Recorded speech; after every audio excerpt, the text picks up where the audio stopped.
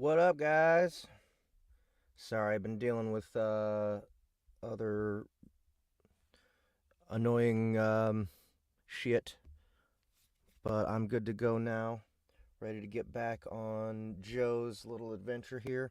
So, when we first left him, he had just gotten into Syuri's cab or Flick's cab. Oh my god, this dialogue. So much dialogue. Um, and he's about to go try and rescue uh, Rat and Little Bill.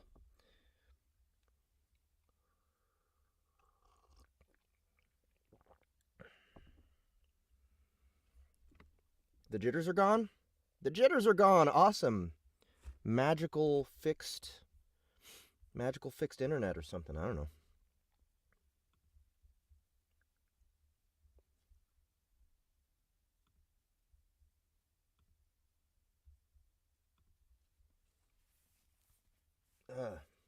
Nope. Whoop. Something in my eyeball.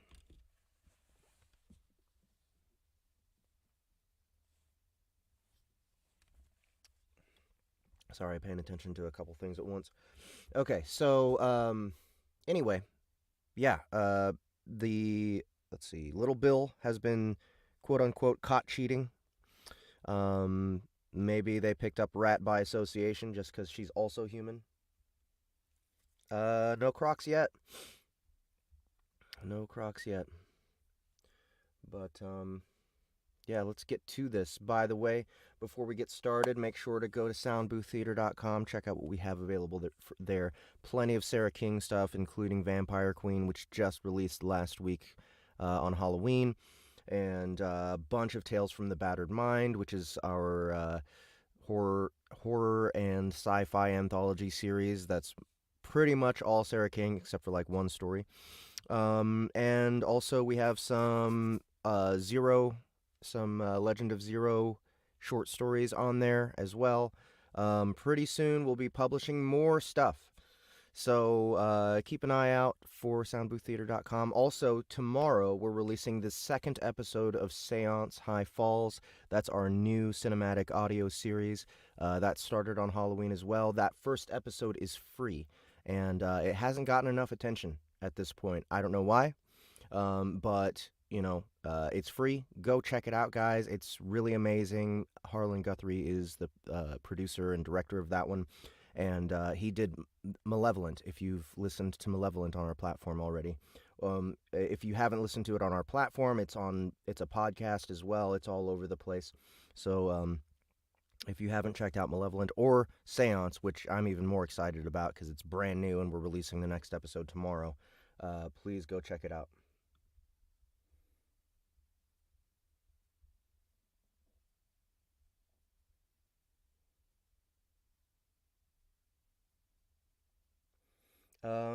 Keith asks, we're not expected to bring props like rice, squirt guns, newspapers, and such, like for a Rocky Horror Show, are we? I mean, unless you're lazy, I guess you don't have to bring those things. Uh, oh, thank you, Scraw.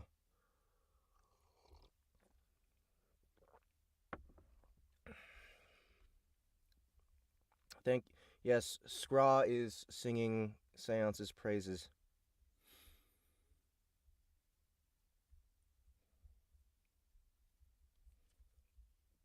All right, here goes. Okay, so we got in the back seat, sitting in shit. All right. The Jehool thumped the door shut on him and hurried around to the driver's side of the skimmer. Getting situated in the driver's seat, the Jehool glanced over at him and said,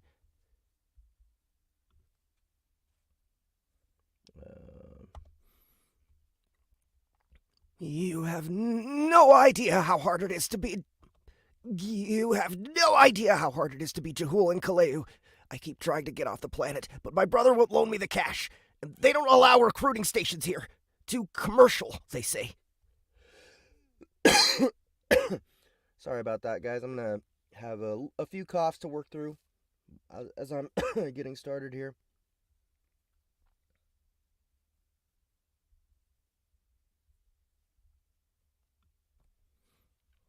Yeah, by the way, Seance episode 1 is 45 minutes long, so.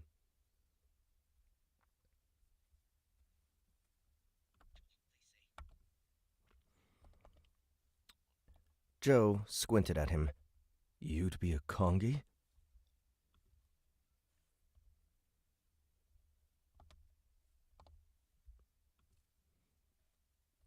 You'd be a Kongi? Space Force! Flick grabbed the controls and looked over at him. No offense, but I'm not stupid enough to go grunt. None taken. None taken.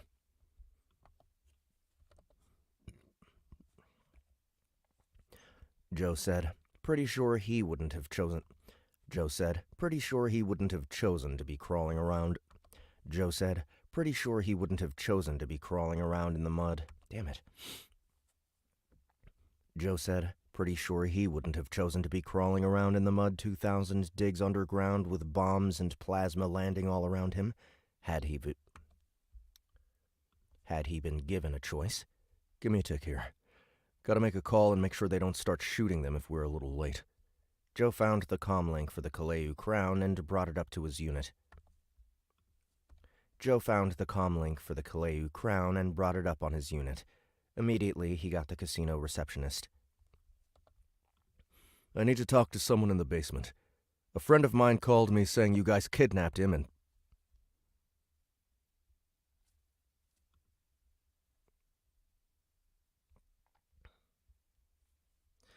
I imagine this is also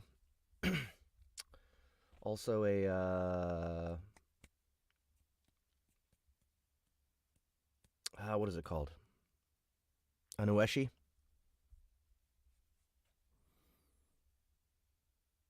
Oh, I'm sorry, sir. The Crown doesn't have a basement, the receptionist said sweetly. Clearly you're mistaken. She hung up. She didn't pick up when Joe called a second time.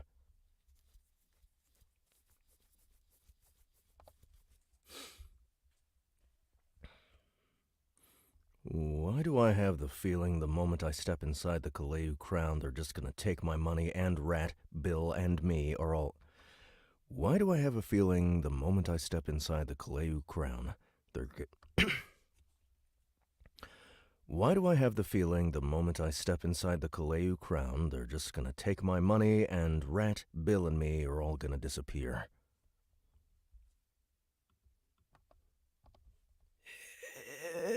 Because that's what happens at those places, Flick said.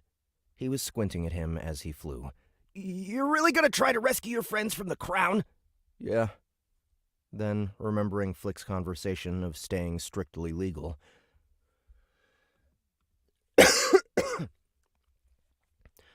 Then, remembering Flick's conversation of staying strictly legal, Joe hurriedly said, But I wasn't gonna have you go in with me. I was gonna do it myself. Rescue them? Yeah. Alone? Yes. Then you're stupid! It takes an army to get someone out! Everyone knows that!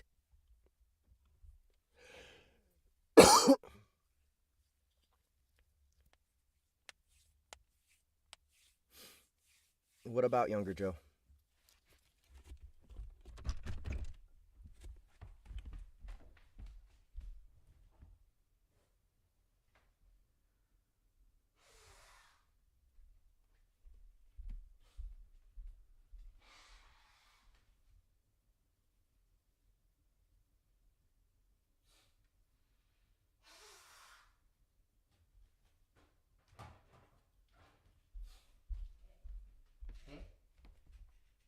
What is that? No.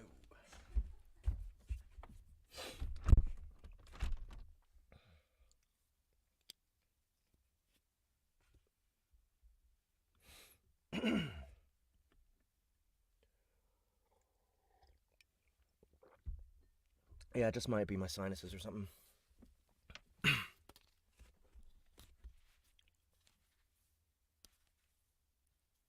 Also, when he's speaking lower, or not lower, but quieter, it gets deeper.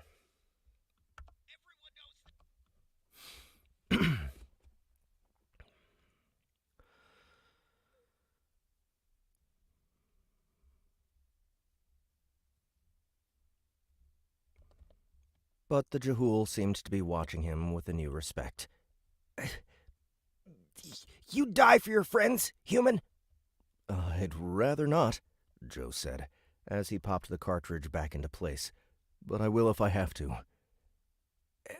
And you're gonna go in and fight them? Just you? Well, I've just got me and 44 rounds, and I don't feel like parting with 2.5 turns of pay. So just me'll have to do. Still, Flick seemed to consider. Finally, he said, I wasn't exaggerating. Nobody's gotten anyone out of the crown in like 20 turns. Unless you know a Naj, you shouldn't set foot anywhere near the crown, especially if you're a Kongi looking to get another Kongi out. Pelu's got that place too locked down. It's a death trap. I need to get them out. It's not up for debate. Flick hesitated, then turned to look at his dash. He stared at the steering yoke, seeming to consider. Then, seemingly coming to a decision, he turned back and said, I might know somebody. He scanned Joe's face, the dimples in his forehead twitching. Can you keep a secret?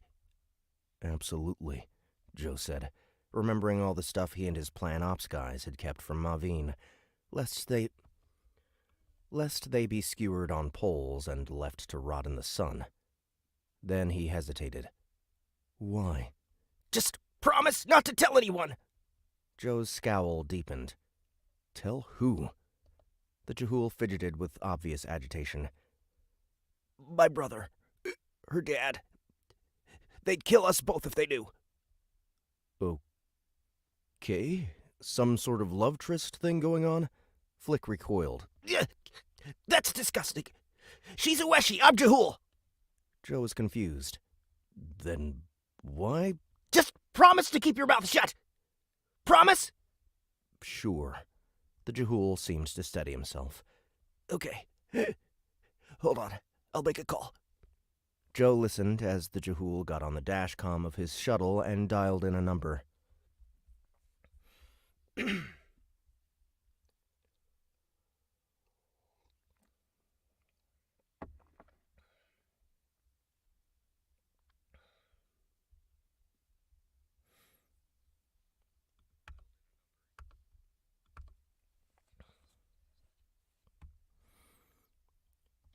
Joe listened as the Jehul got on the dashcom of his shuttle and dialed in a number. Immediately, a female Ueshi's face popped in with an irritated scowl.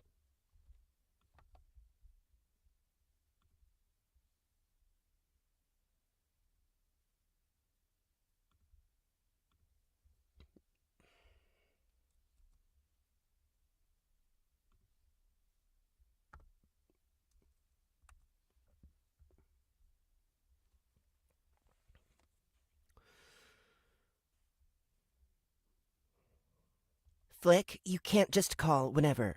I was in the middle of a meeting with my dad. If they figure out I'm hanging out with a Gavanil... If they figure out I'm hanging out with a Gavanil, they'll tie me a... If they figure out I'm hanging out with a If they figure out I'm hanging out with a Gavanil... Fuck. If they figure out I'm hanging out with a Gavanil, they'll tie me to a stake and flog me to death. I got someone here who wants to get into the Kaleu crown. A Kongi. The other end hesitated.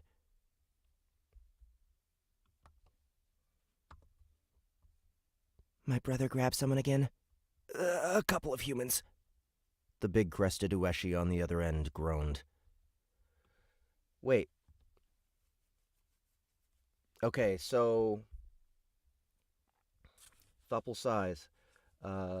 Definitely this Ueshi has those, but also... I thought the males had the big crests and the females had the smaller crests.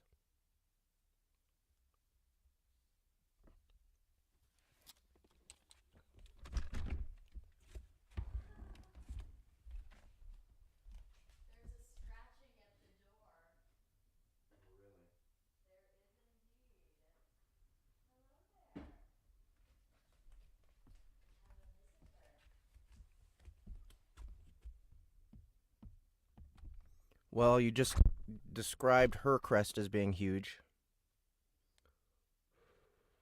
She's a big crested woman, yes.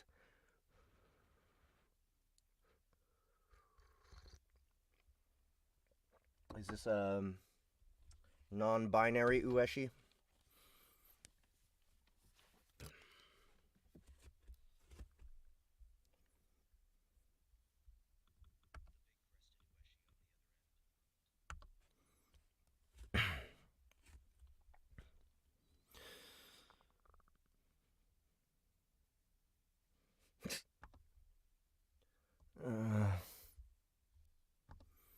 Oh. I lost my place. Where'd it go? That the new species... that new species that they just discovered on the outer line. The one the Dasha like to eat. The Jahul nodded. The squishy ones. The squishy ones. Stars and bones. If he took them, Pelu's not giving them up. He'll make up some vague excuse about cheating at the tables, then probably sell them to the highest bidder. Except in this case, one of them was actually cheating, Joe said, leaning over so the Ueshi could see him. The Ueshi peered at him through the camera. They're kind of ugly, aren't they? Very. Like hairless furglings. With tiny eyes. I wonder if that's due to the limited brain power? It's not. We're in the top half of it. It's not. We're in the top half of intelligent species in Congress.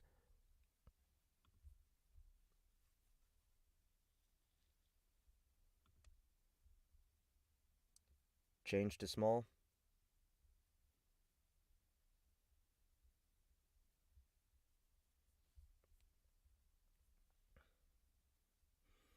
So she's a small-crested.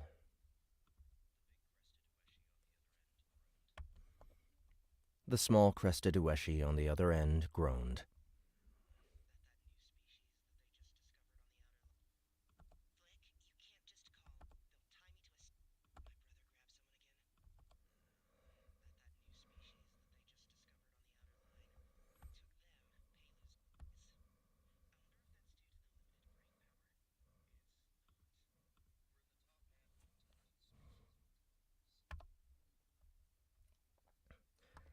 That's not saying much, since Hebet are also considered to be in the top half, the Ueshi retorted.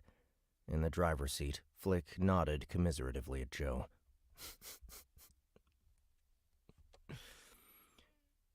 We rank higher than Jahul. Oops. We rank higher than Jahul? That's not very hard, the Ueshi said. Flick obediently shook his head in agreement. Then she sighed and returned her attention to the Jahul.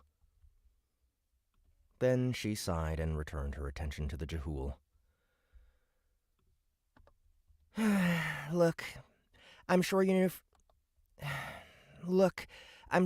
new friend is very upset, Flick, but I don't have time to talk about this right now. I have to get back into that meeting.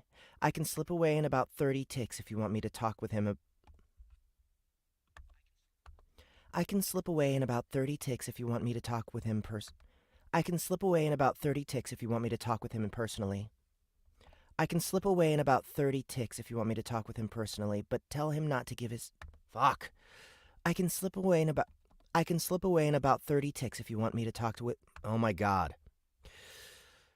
I can slip away in about 30 ticks if you want me to talk with him personally, but tell him not to get his hopes up. There's been 37 Kongi attempts to retrieve other Kongis from the crown in the last 9 turns, and none of them were ever seen again, which meant they were all dragged down into the basement and Pelu tortured them to death. He's such a coward. Uncle says he was a runt, so he likes to watch his Hebet kill for him. Plays music and eats while he watches. How much time you got till he starts killing them? An hour and a half, tops. Yeah, you're screwed. Write them off. find some new friends, put some nice flowers and car week on their graves, say some good words for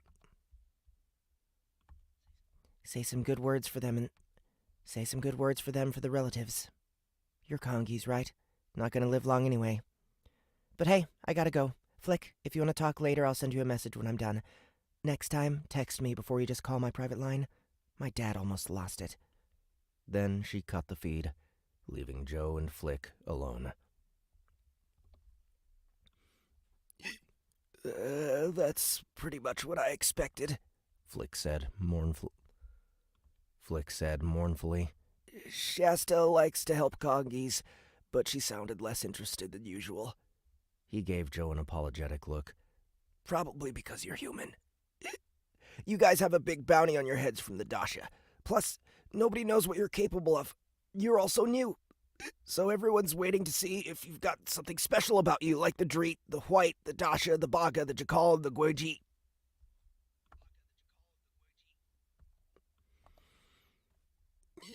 Well, you get the picture. Sometimes Congress forces a new species into Congress before it really figures out what it's made out of, and regrets it later. Like the Yakuska.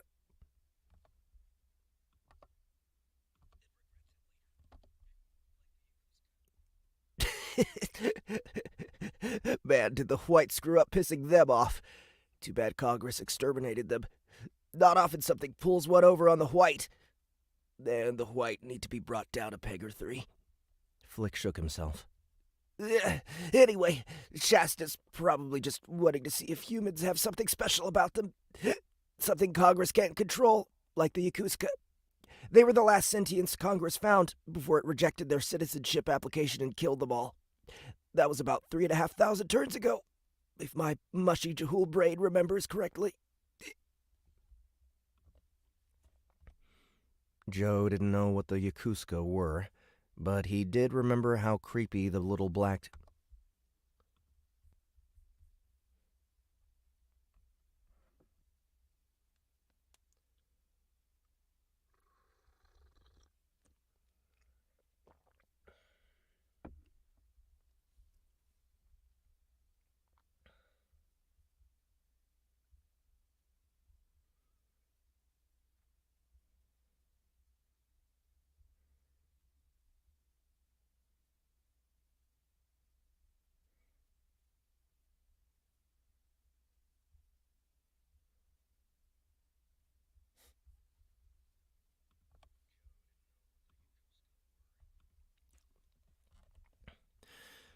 Joe didn't know what the Yakuska were,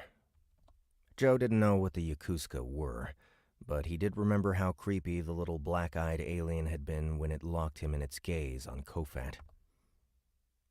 Okay, so he's talking about the Trith there. Why is he bringing that up?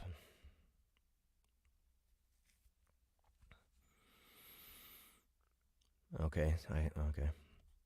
Joe didn't know what the Yakuska were, but he did remember how creepy the little black...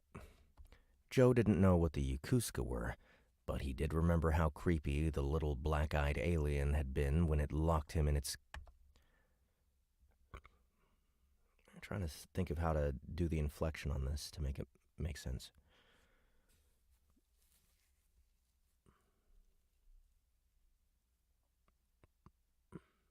The little black-eyed alien... Okay, we'll do it that way. He doesn't know what these aliens are, but he does remember these aliens.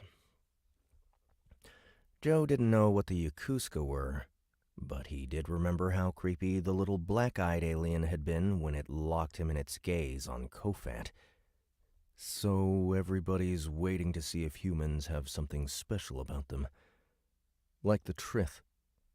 Flick shuddered. Those little creeps. The way he said it made Joe remember his own visceral reaction to them. Gingerly, he said, "Have you talked to a Trith, Flick?" Flick froze. No. Why? Joe squinted at him. Because you sounded like...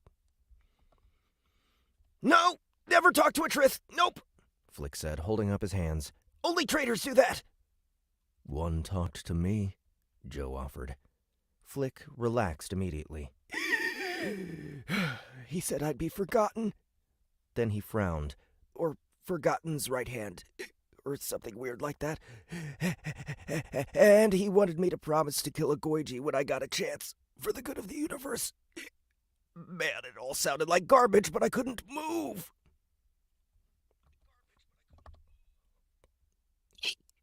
What'd he say to you? That I'd shatter Congress. Joe shrugged. Flick, who had been fidgeting nervously, froze. Slowly, he turned back to face Joe. What? Joe tried not to feel uneasy. It's all Fergsoot. It's all Fergsoot anyway. I'm a Kongi, and Congress is the only thing controlling the White and the Dasha. It's all Fergsoot anyway. I'm a Kongi, and Congress is the only thing controlling the White and the Dasha. Flick, whose frog-like mouth had fallen open, managed, You're not lying. No. Creepy little dude walked up to me, said something about being brother of Sam and dancing on the strings of fate, and how I was going to shatter Congress no matter what I did. Flick was staring again. He lowered his voice to a whisper. You keep that between you and me. A peacemaker ever hears something like that? I know. They'd kill me and erase me from the records, I've been told. You told someone?! Well,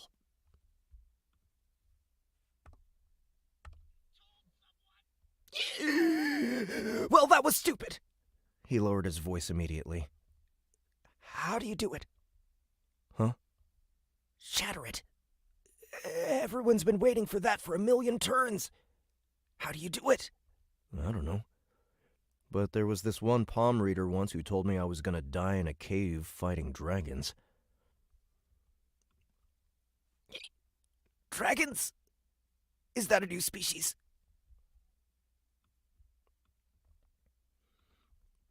Flick blinked at him.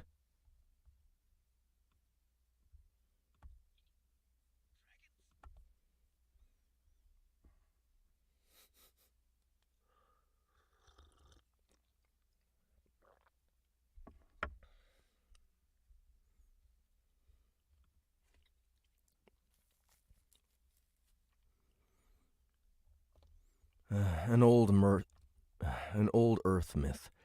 Looked kinda like Kreenet, but with wings. Female, Kreenet. Flick said immediately, nodding. The smart ones.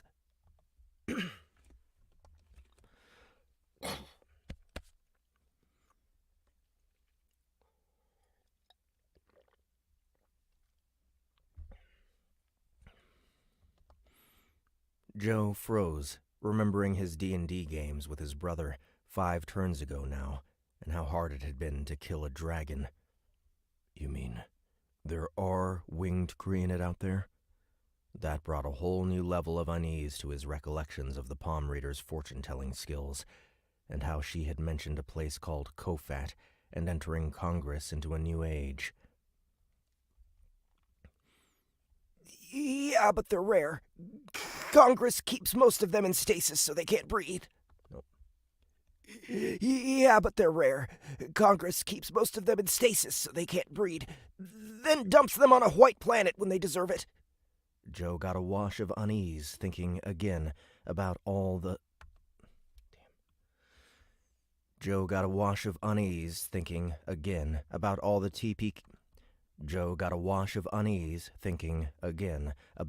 TPKs whenever he and his brother went up against a dragon in their dad's brutal D&D campaign.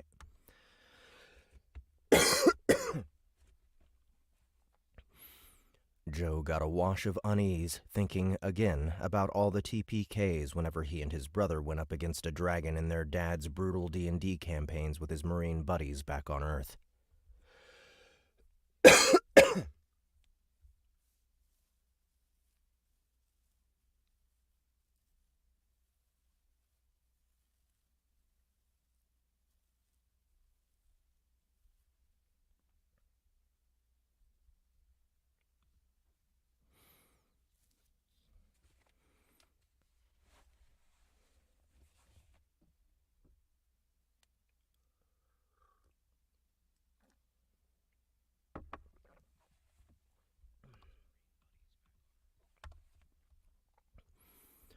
It's not a real dragon. It's not a real dragon, he told himself quickly. Don't be ridiculous. If it even existed at all. It had just been some random bullshit by a no-name palm reader at a fair. One who had been conning people, pretending she was a gypsy, fake accent and crystal ball and everything. Not exactly a stellar reference to build your life around, Joe. Joe cleared his throat. We need to get moving. He buckled himself in.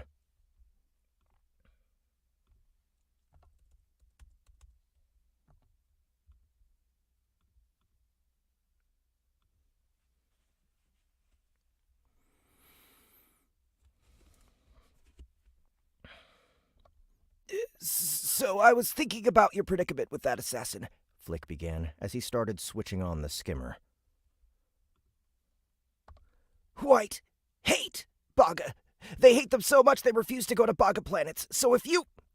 A wash of goosebumps preceded a knock on the window just as they were...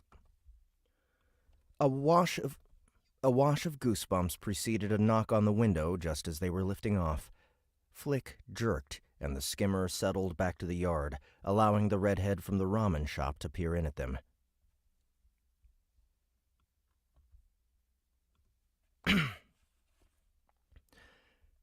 Can I join you? Can I join you?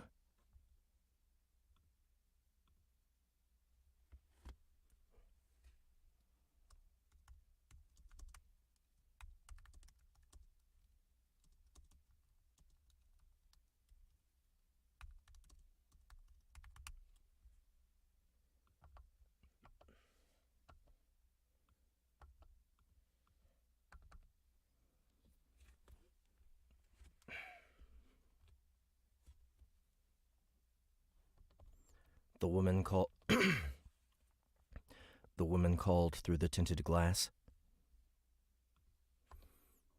I heard you were headed to the Kaleu Crown. I heard you were headed to the Kaleu Crown. Uneasily, Flick whispered, Is that one of them? Yeah, Joe said, rubbing the goosebumps down on his arms. Something about the lady just gave him the creeps.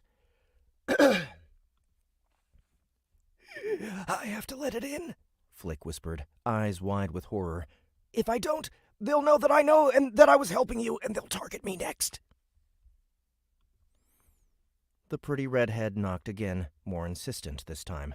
Come on, we need to talk about Rat. We're going to the same place. We can share the fare. Now I know it's trying to kill us. Now I know it's trying to kill us. Flick whispered. Nobody rides a Jahul taxi willingly.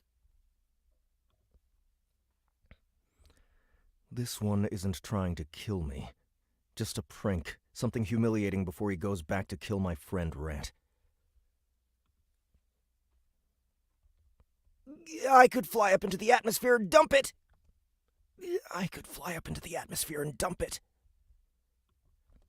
Flick said, still in a low voice. But White can change patterns, so it might not die. Feeling Sambu's gun tied against his spine, Joe said, I'll take care of it. Just take us somewhere private as possible. Flick's eyes widened, but he nodded. Joe opened the door, looking up at the white in its red-headed pattern.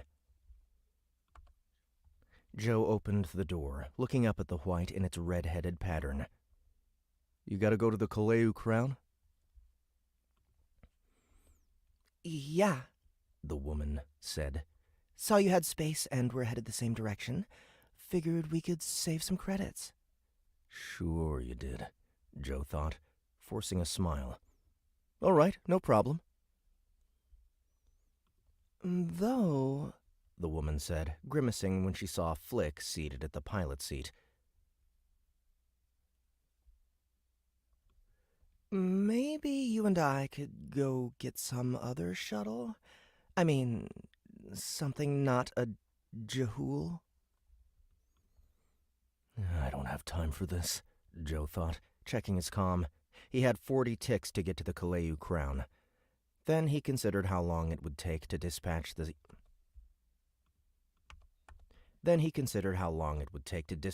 assassin in some quiet, unused alleyway somewhere. You know what? Sure. Let's go back to the valet and call someone. This really is disgusting. The woman nodded and backed away to let him out. Before he could fully exit, however, she grabbed him by the wrist and held on. He felt a little prick, not much more than a scratch of her nails, and a moment later, Joe was getting... He felt a little prick, not much more than a scratch of her nails, and a moment later, Joe was getting that heady rush of hormones that was not normal, like 100 times what a pretty woman would do to him normally. It was all he could do just to concentrate as he exited the skimmer and walked her back to the hotel. Burn me, Joe thought, recoiling and keeping his distance as they walked. Burn me. I have a question for you, the assassin said as they walked across the grounds together.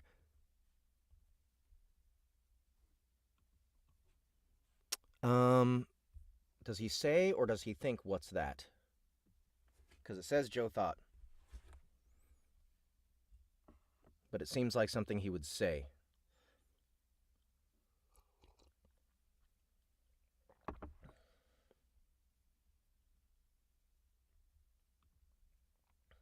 Okay.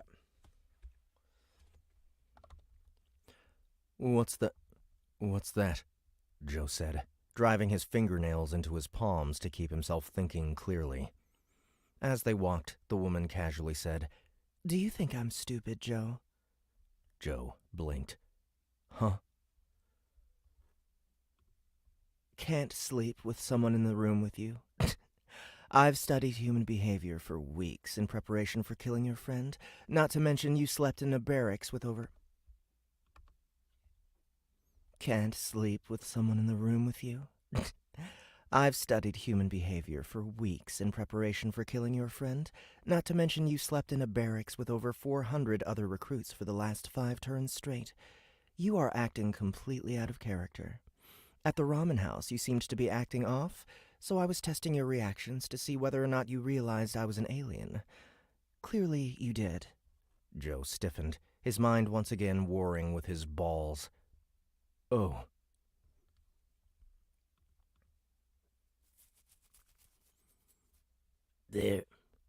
They're smarter than you, Maveen Gavora had warned him.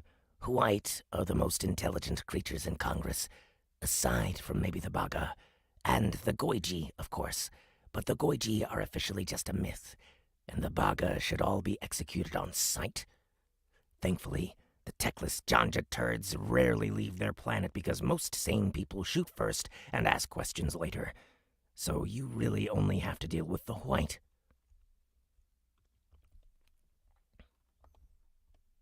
But lucky for you, I only have to have sex with you before I can get back to killing your friend. The white hesitated. After we have a chat about her. Yeah, I don't really have time for that, Joe said, as they finished crossing the courtyard and neared the curb. Even as he spoke, however, his body screamed at him to make time. Make it now.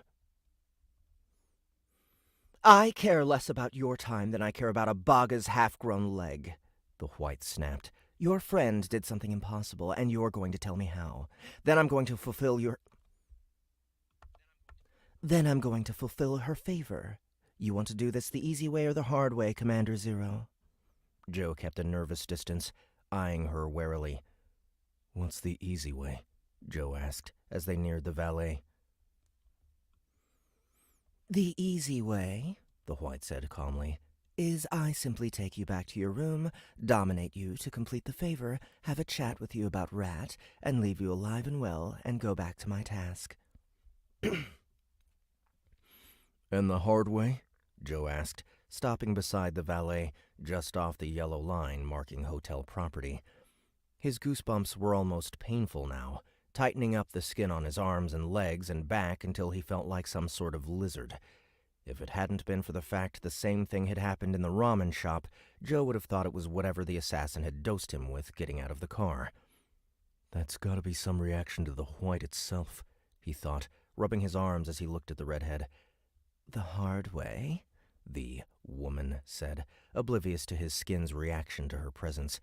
Is I drug you and force you to submit in full view of the entire hotel staff. Right here, right now. Is I drug you and force you to submit in full Is I drug you and force you to submit in full view of the entire hotel staff, right here, right now, then dose you with the truth serum and interrogate you about Rat anyway. And then I go on my way.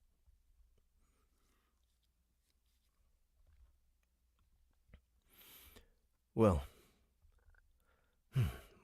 when you put it that way, Joe said, seems like a pretty easy decision. To the valet, he said, You need my ticket, right?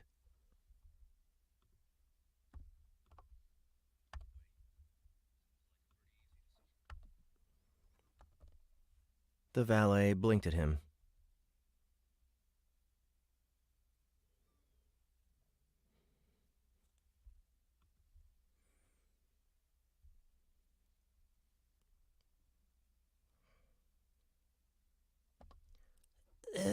What tick? As the redhead turned to look at the valet, Joe yanked the Jehul weapon from his belt, brought it to the assassin's head, and shot her point blank in the temple. Then, because it was a white and plan ops lessons on them had been very clear that they could regenerate, he put 10 more rounds into the body as it collapsed, wide-eyed to the ground.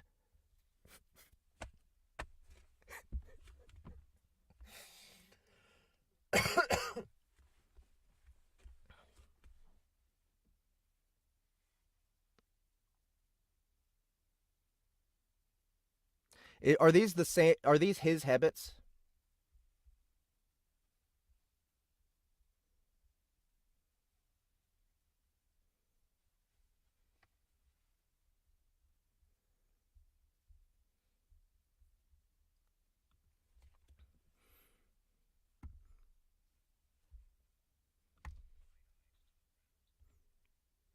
Parachute!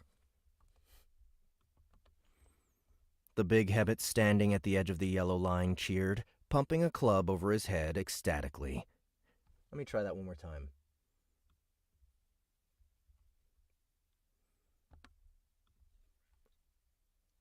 Parachute!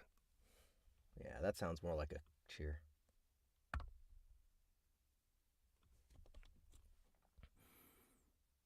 The two habit clapped their monster hands together and, bumping chests, nodding and grinning in madly brotherly warrior love.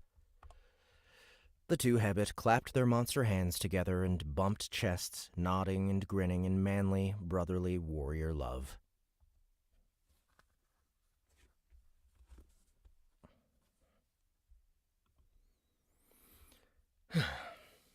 Parachute, Joe agreed, squinting down at the dead white. His goosebumps hadn't gone away. Maybe it was the drug? The first habit suddenly went solemn and pointed at his companion.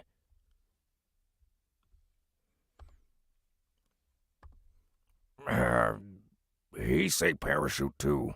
The second habit nodded The second habit nodded hastily. Good. You're both not parachutes, Joe said.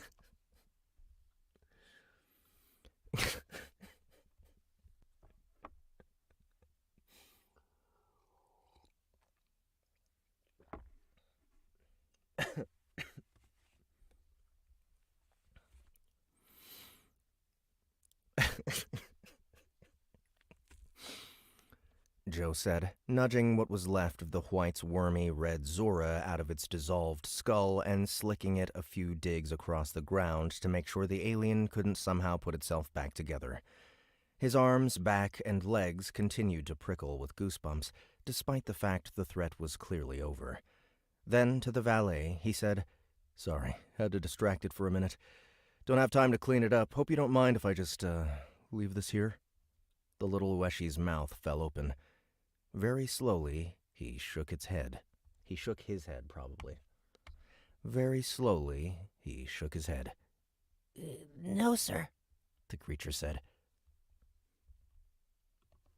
But I do have a message for you. The valet reached into his pocket and started to leave the curb and walk towards him. And in that moment, the goosebumps on Joe's body became so pronounced his skin hurt.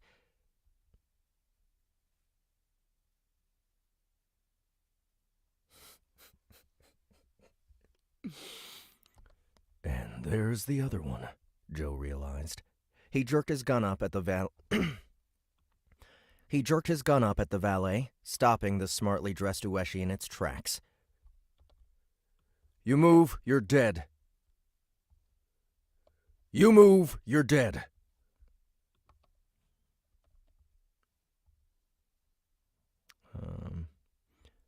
The assassin froze, not even bothering to tell him he had the wrong guy. Parachute? The big Hebbit only a few digs Parachute? The big Hebbit only a few digs away cried. His mouth fell open and his club drooped in His mouth fell open and his club drooped in his shock. He had, just before Joe arrived, been chatting with the valet at the edge of the yellow line as he and his buddy waited for Joe to come back. Yeah, Joe said, meeting the Ueshi dead in the eyes. Parachute. And I just demonstrated that I can kill Parachute pretty effectively, didn't I?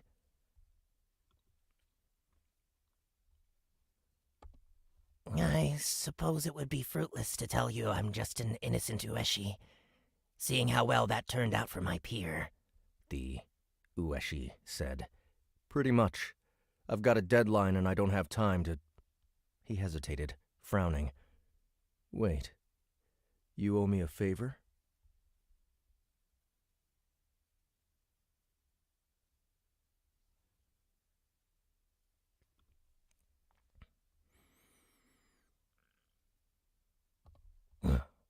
That's not the way you claim one, so no. That's not the way you claim one, so no.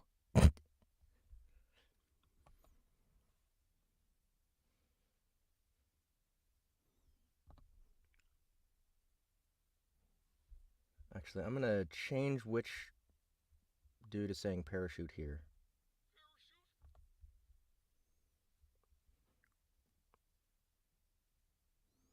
No, I'll keep the one. Ooh! Ooh!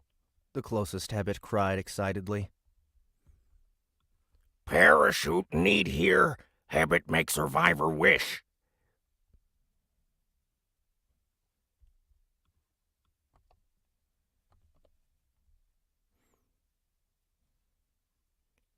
The Hebbit intoned, clearly something he had memorized. Hebbit met Death and looked Death in eye, and Death decided to leave Hebbit. Hebbit survived Death caress, and Hebbit call upon Parachute to pay debt owed for wasting Death's time. Hear Hebbit's terms.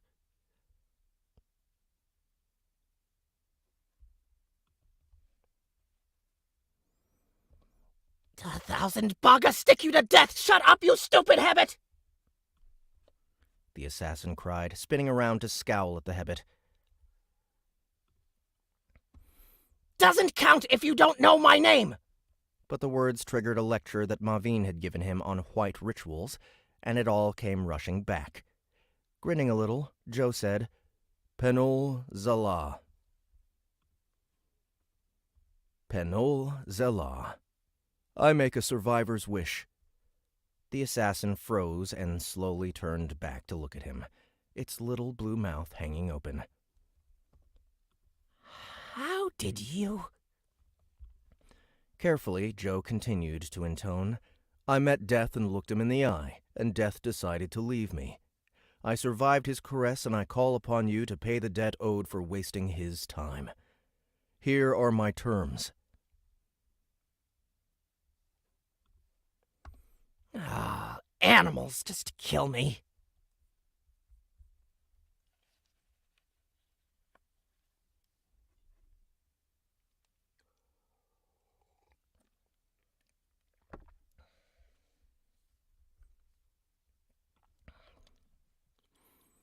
The White said, throwing a tiny blue eshy hand over his face. He was, Joe realized. He was, Joe realized, serious. He'd literally rather die than complete a favor. Normally I would, but I need some help. I want you to come with me and help me get my 2 human friends out of the basement of the Kaleu Crown Casino right now, alive and unharmed. Once they're back here at the Naj, still alive and unharmed, you can go back to trying to kill me. The Vagan jerked his head up to give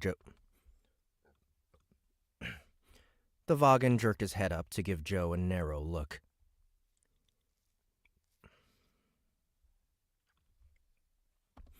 I technically only owe 1 death, not dozens. I never told you to kill anyone. I said I wanted you to work with me to save my friends. I actually don't want you to kill anyone. They're just random sootbags doing their jobs. They probably have no idea what's happening in the basement. The cretins that work for Pelunaj don't deserve mercy. The assassin muttered, clearly preferring the alternative to leaving them alive, despite what he'd said before. Sorry, but I'm not about to take moral advice from an assassin. I'm telling you, the world is not going to miss them. Penol said, We're not killing random innocent guys, Joe said. The calculating look in the Vagan's eyes seemed to mingle with a tiny amount of respect. You want me to work with you, not killing people, saving them. The Vagan hesitated. And you're just gonna trust that I'm going to keep my word throughout. Yeah, I want you to help me get my friends out of the casino's basement alive. You and me working together. Yeah, I want you to help me get my friends out of the casino's basement alive. You and me working together. And I don't want you to kill anyone or drug or poison me or my friends while we're working together. Agreed? The White gave him a really long, really narrow scowl. Fine.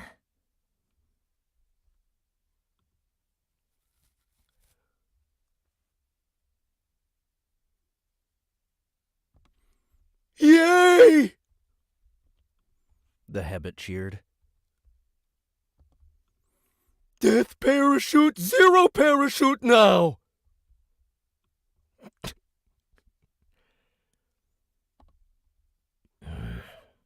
I'm going to kill them later. So that's it? Joe demanded, starting to lower his gun a little. We're good now?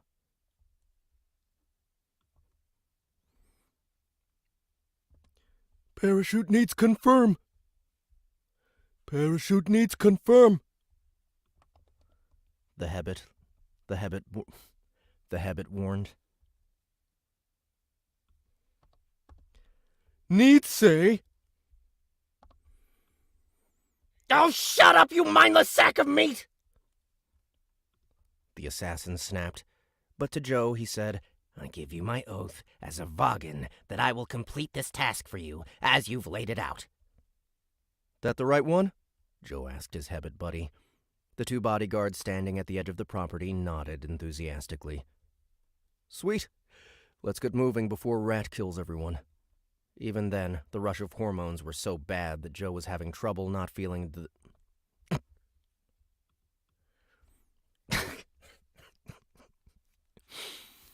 Even then, the rush of hormones were so bad that Joe was having trouble not feeling the desire to get it on with the corpse at his feet. Let's try that one more time. Even then, the rush of hormones were so bad that Joe was having trouble not feeling the desire to get it on with the corpse at his feet. Joe saluted to his two Hebbit friends and jogged back to the skimmer, where Flick was standing outside, staring at him with wide black eyes. Did you just... Yeah, it's dead. Flick stared at the white, which was approaching at a walk. And that's... Another one, yeah. Just get us moving, okay? I'm running out of time. Joe settled back into the passenger seat and yanked his gun out and checked.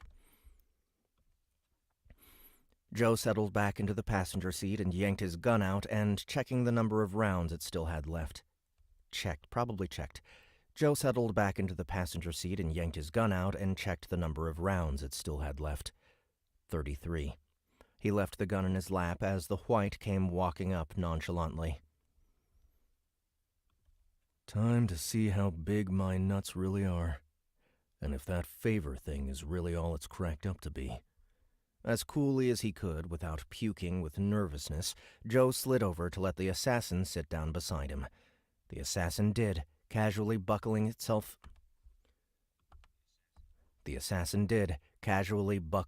into the side strap, where he immediately made a grimace of distaste and began fiddling with the window controls. Flick continued to stare at the two of them for several moments, then scurried back around to the driver's seat and tentatively got inside, almost like he was climbing into the skimmer with a 1,000-lobe dreet.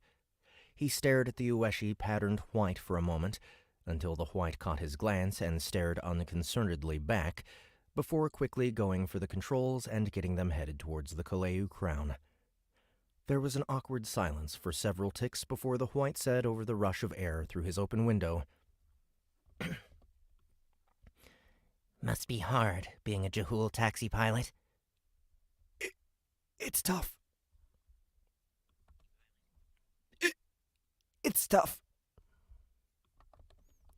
Flick said. His fingers were iron tight around the steering wheel.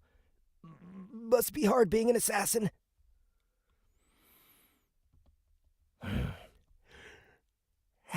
Not really. The white said, yawning. Some would say it's a calling.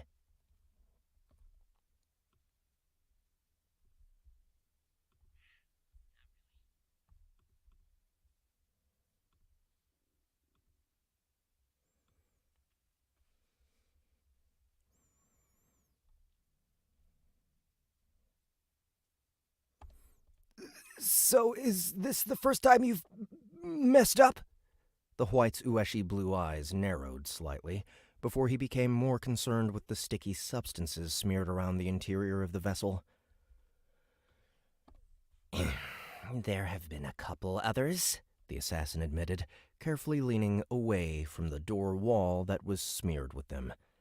but none so public. He gave Joe an irritated look, and Joe realized that his planned death had just gotten 10 times as gruesome. Joe flushed and cleared his throat. So my friend Rat and Little Bill are stuck in the bottom of the... I know where they are. The casino owner, Pelu Naj, is with them, trying to talk them both into working for him.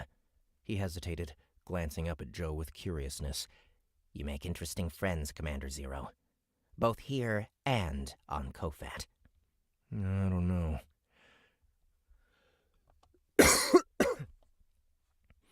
Joe said, frowning.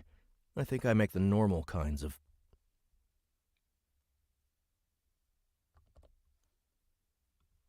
The Ueshi jerked a slender blue finger at Flick. You do realize he's the younger brother of the head of the government. You do realize he's the younger brother of the head of the Gavanil. You do realize he's the younger brother of the head of the Gavanil family crime syndicate. You do realize he's the younger brother of the head of the Gavanil family crime syndicate. You do realize he's the younger brother of the head of the Gavanil... You do realize he's the younger brother of the head of the Gavanil family crime syndicate. Joe glanced at Flick, who hunched in his seat and made a nervous sound and shrugged. And your friend Little Bill could probably pass for a Bajna with how he thinks. They've been banned from every casino on Kaleu, by the way, and their movements are monitored the moment they step off a shuttle on any pleasure planet in Congress. Pelu would pay billions to get his hands on your friend, or to keep him away from the competition. He's not leaving that casino alive without Death's intervention. Joe frowned. I told you we're not killing anyone. It's a figure of speech. Joe continued to scowl at the white Inueshi pattern, hand firmly on his gun. Relax. If I'd wanted to, there are at least 20 different ways I could have killed you the moment I sat down, fool.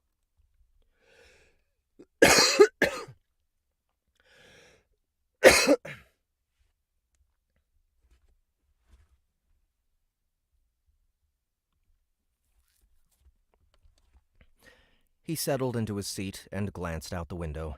I'm actually looking forward to this challenge. Contracts are usually so dull, and a very quick kill.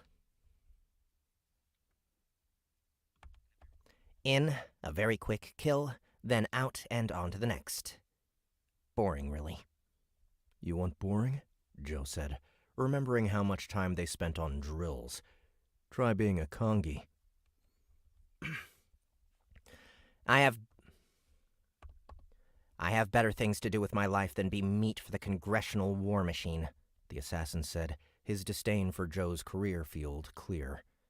Joe raised a brow at the white wearing the little blue Ueshi pattern, who probably weighed a quarter of what he did, hence why most Ueshi opted to go into the Space Force rather than the ground force, and asked, Oh yeah? Like what? Like making a decent amount of money, for one, the white said. He cocked his head. Though I've heard there's a rather large peacemaker bounty on Pelu Naj's head. He supposedly hasn't left his casino in 40 turns because of it. Yeah, I'm just going there to get my friends. No need to complicate things. The white shrugged his tiny Ueshi shoulders. I have it on good authority you wouldn't live long enough to enjoy it anyway. Says the guy sitting in the passenger seat doing me a favor. The assassin turned to look Joe over coldly, and Joe watched his own death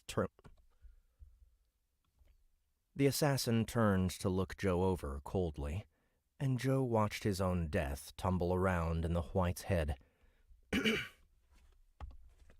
You are lucky that the Grand Assassin is monitoring this interaction. It would be ridiculously easy to kill you, like swatting an insect.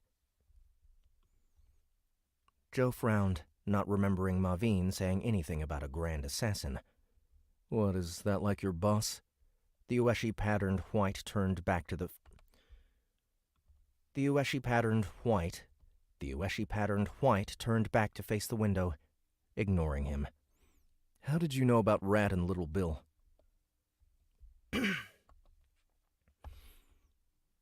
Trade secret.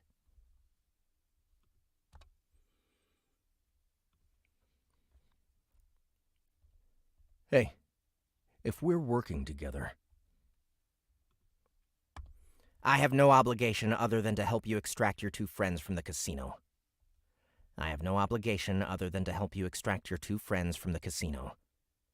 Joe made a face.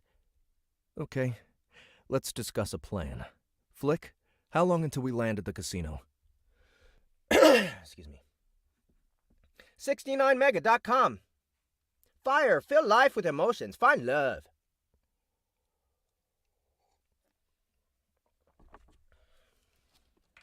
Get some more coffee.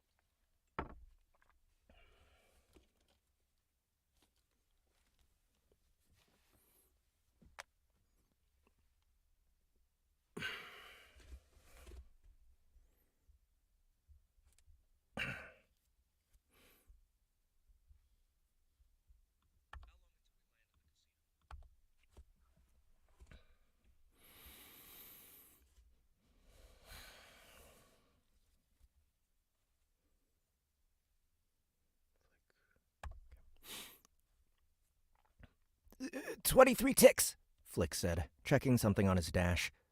The white sounded infinitely bored. The plan is I take the pattern of a habit I killed last week, get you in, get your friends, get out, and then I resume my task of killing you. Think you could elaborate on that a little bit? Joe asked, trying not to grit his teeth. The white sighed. If they think you're under guard, you should be able to walk right through. Ideally. There's a lot of habit down there, though, and they're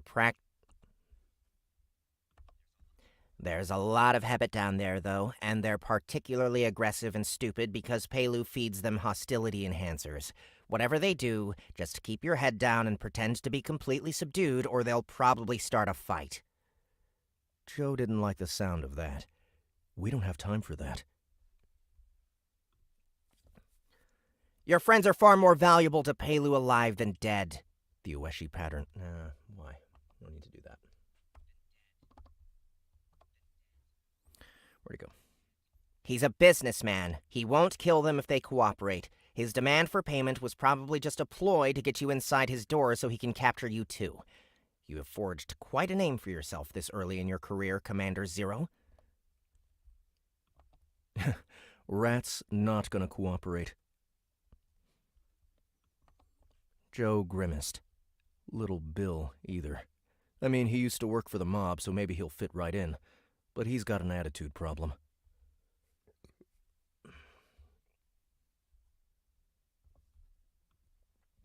Probably his diminutive size causing an insecurity reflex around stronger, more capable humans like yourself. Yeah, but don't ever let him hear you say that. The white peered up at him with a raised, translucent blue brow. You think I'm afraid of some half-rod human punching me in the nuts? Half-rod. That should be his new nickname.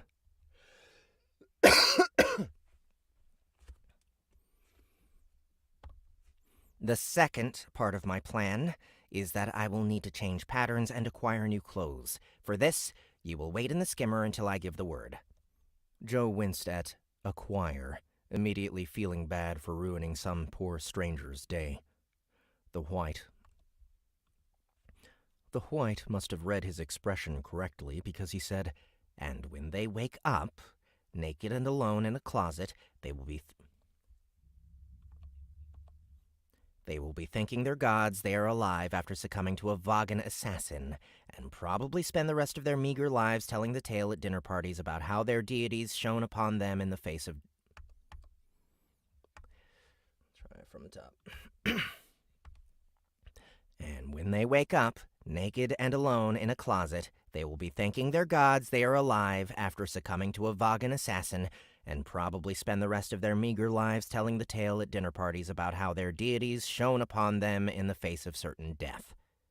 It's not something most can brag about, and I can assure you they wouldn't survive if you hadn't made that a caveat."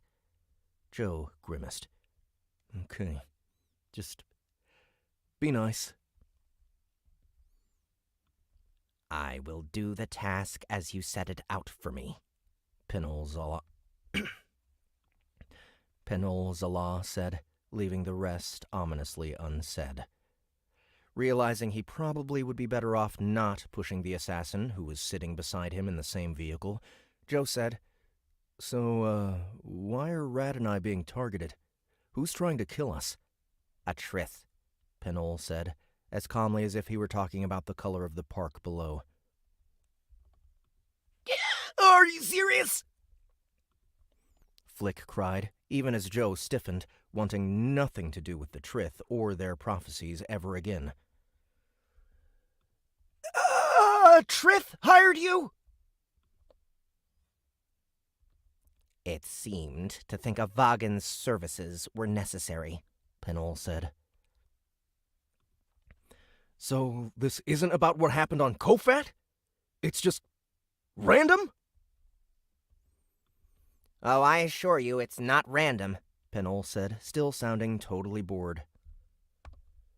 "Oh, I assure you it's not random."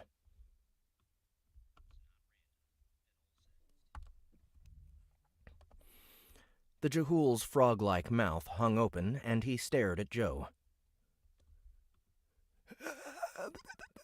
Which Dreek god did you piss off in your last life? Flick demanded. Probably all of them, Joe said, thinking of how Maveen had screamed the same question at him at least a dozen times, usually when he had Joe by the throat, dangling him 6 digs in the air with one huge, scaly red arm. They spent the rest of the ride in an uncomfortable silence, though in the last couple ticks, the Jehul and the White struck up an odd conversation about the merits of different types of soap that they both seemed to have They spent the rest of the ride in an uncomfortable silence, though in the last couple ticks, the Jehul and the White struck up an odd conversation about the merits of different types of soap that they both seemed to have a genuine interest in. The Jehul because his skin acted as a repository for his wastes, and the White because certain soaps did a better job of removing genetic evidence and ballistic residue. The Jehul because his skin acted as a repository for his wastes, and the White because certain soaps did a better job of removing genetic evidence and ballistic residues than others. Joe sat the conversation out, too unnerved by what he was about to attempt to feign an interest. There it is. That's the crown, Flick said, as a massive, towering structure came into view below. 99 stories of theft, sin, and extravagance. He squished his frog-like face. Only difference between Pelu and my brother is Pelu's got the law on his side.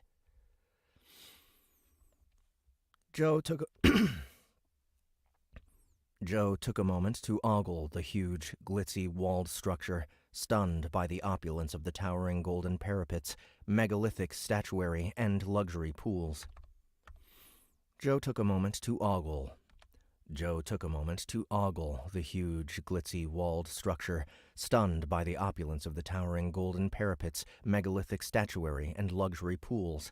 But his Kongi-trained gaze quickly came to a rest on the cleverly disguised turrets spaced along each wall. They were aiming inward, not outward. Drop us off a couple blocks away. I will need some time to acquire my pattern and clothes. Joe winced again at acquire new clothes. No killing, he reminded the assassin. The Ueshi rolled its eyes with a huge sigh. As if talking to a child, he said, Yes, human, I realize your stipulation was not to kill anyone, as frustrating as that will be for me. The assassin opened the door and stepped out onto the street where Flick had left them. Let's go. They had no sooner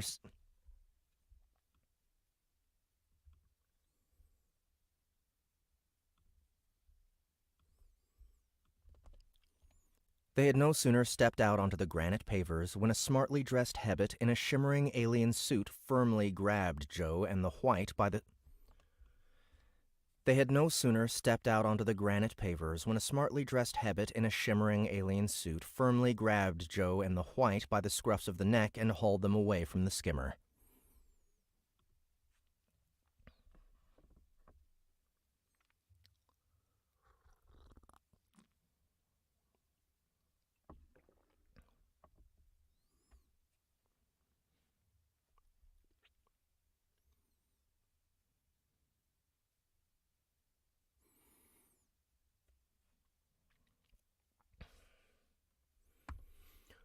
Boss wants to have a word with you. Boss wants to have a word with you. The Hebbit said, holding them both off the ground by their shirts as it turned and walked back towards a cafe. I thought you'd be coming here, Commander Zero, A bejeweled female Ueshi said, gesturing to the seats in front of her. Sit down. At her command, the Hebbit casually shoved them at the table in front of her, making them careen forwards and catch themselves on the edge, jostling her expensive-looking drink.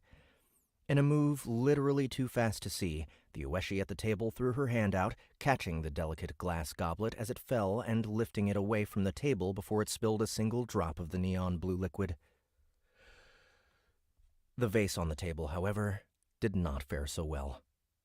Immediately, a male Ueshi in shimmering, silky garb scurried forward and returned the perfumy alien flowers to the vase and wiped the wetness from the table before returning the glass to the table and quickly disappearing behind the seated Ueshi female again.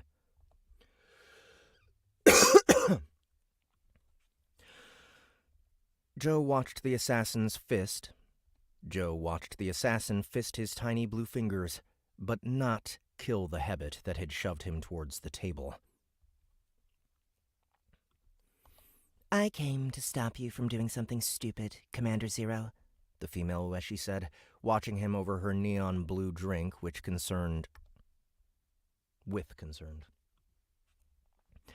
The female Ueshi said, watching him over her neon blue drink with concerned cerulean eyes. Flick vouched for you, so it's the least I can do. So this is the same Ueshi that they just talked to on the screen? What the fuck is her name?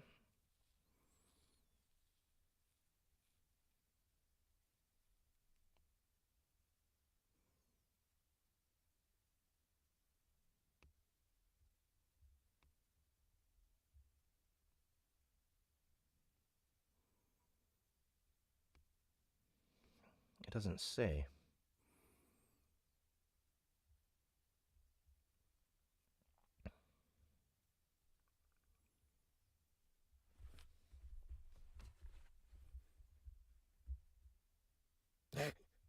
Shasta. It is Shasta. Okay, so I need to change her voice.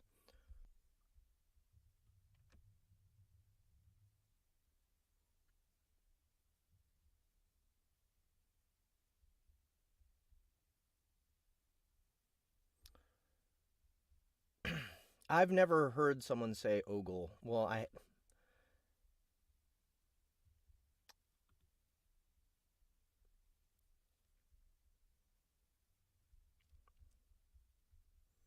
the internet is dumb.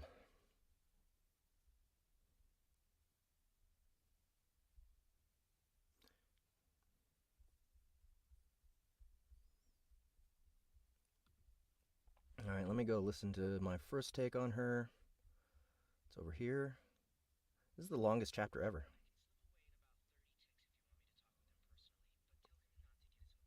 Okay, so I'm thinking what I want to do.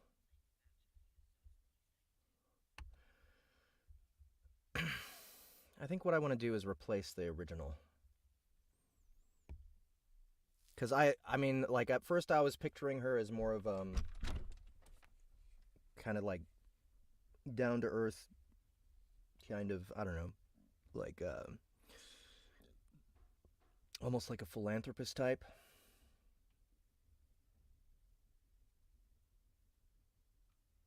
So,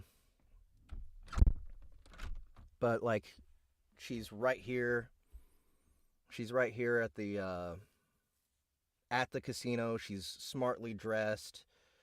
I don't know, it seems like she's more practical than I first imagined. So I want to go back.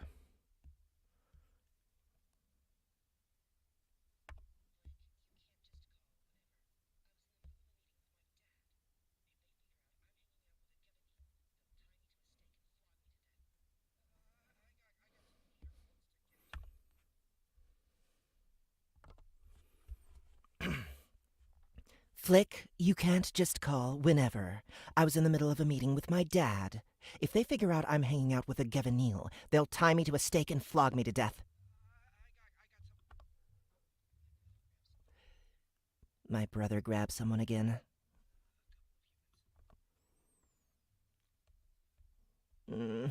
That new species that they just discovered on the outer line. The one that Dasha liked to eat. Stars and bones. If he took them, Pelu's not giving them up. He'll make up some vague excuse about cheating at the tables, then probably sell them to the highest bidder.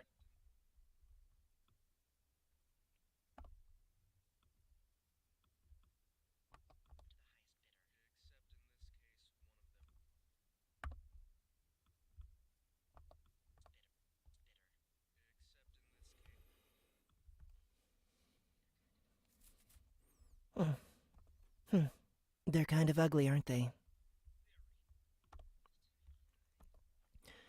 With tiny eyes. I wonder if that's due to limited brain power. That's not saying much, since Hebbet are also considered to be in the top half.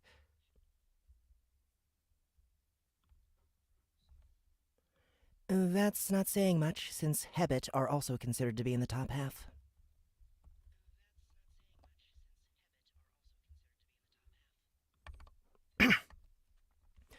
That's not very hard.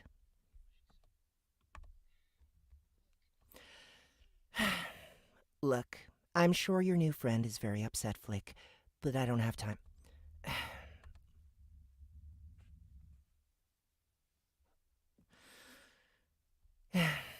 Look, I'm sure your new friend is...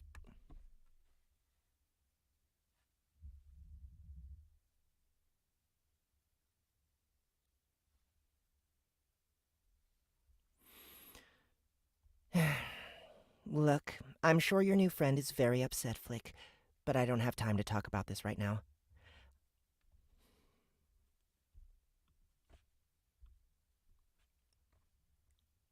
I have to get back into that meeting.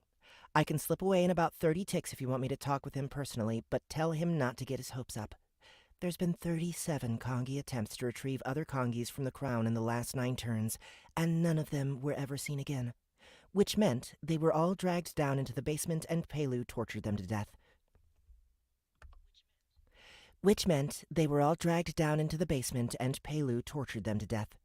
He's such a coward. Uncle says he was a runt, so he likes to watch his Hebbet kill for him. Plays music and eats while he watches. How much time you got till he starts killing them? Yeah, you're screwed. Write them off, find some new friends, put some nice flowers and car week on their graves, say some good words for them to the relatives.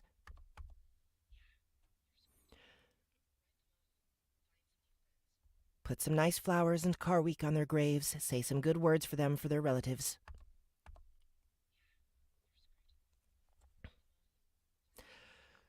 Put some nice flowers and car week on their graves, say some good words for them for the relatives. You're Kongis, right? Not gonna live long anyway. But hey, I gotta go. Flick, if you want to talk later, I'll send you a message when I'm done. Next time, text me before you just call my private line. My dad almost lost it. There we go. All right.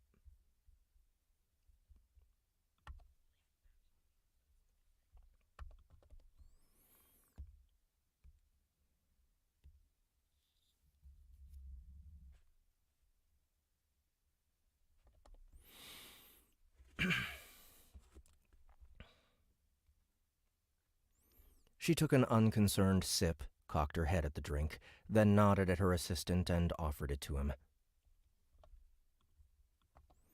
The Fergs didn't put enough gnaw in this. The assistant bowed and quickly departed with the goblet held up like an offering at church.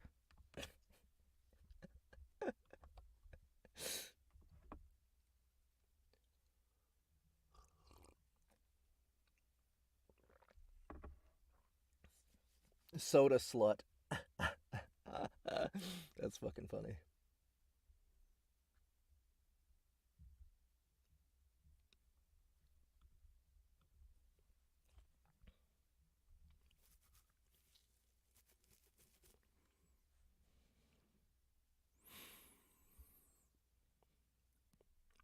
Joe was beginning to wonder if Flick vouching for him was such a desirable thing.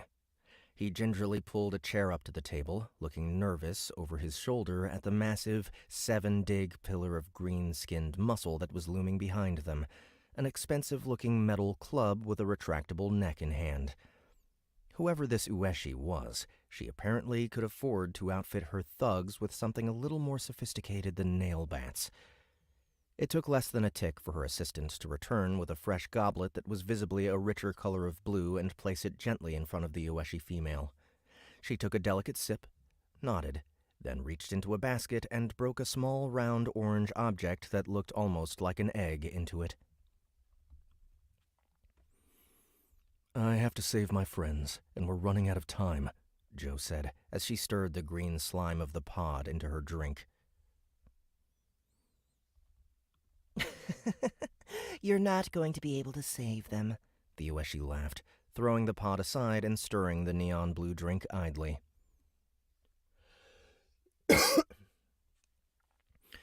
You're only going to get yourself captured.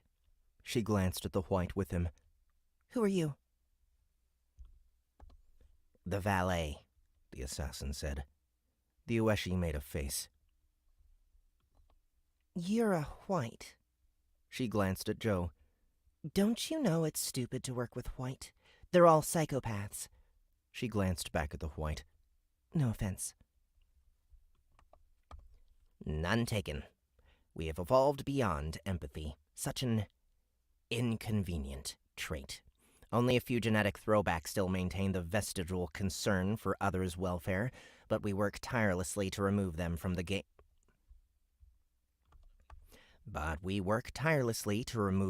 gene pool. Is that what the eye thing is all about? Is that what the eye thing is all about? I've been wondering why your species looks down on those with the mutation. It's not a mutation. It's an ancestral trait. A lack of evolution. Evolution. The Ueshi didn't seem to want to argue with him, however. Turning back to face Joe, she said, My dad's spies are telling me Pelu is going to have them all executed.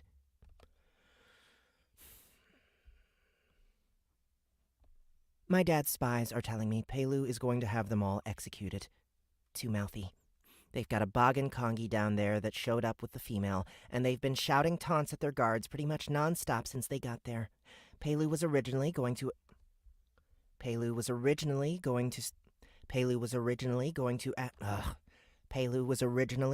add her to one of his prostitution dens, but now he's putting her in the Baga through dinner entertainment. The dwarf, he's still trying to win over. A counter like that is a valuable asset. Joe frowned at dinner entertainment. She means he's going to torture them to death, the white translated. Generally lasts about 6.5 hours, give or take 3 ticks. Starts around 7 o'clock and goes until bedtime. Is that how I should say that?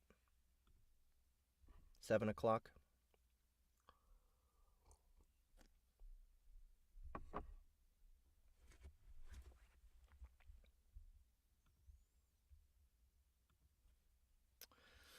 Yes, I'm eye-rolling at the, my roommate's moving plants around upstairs, and it's making loud scraping sounds.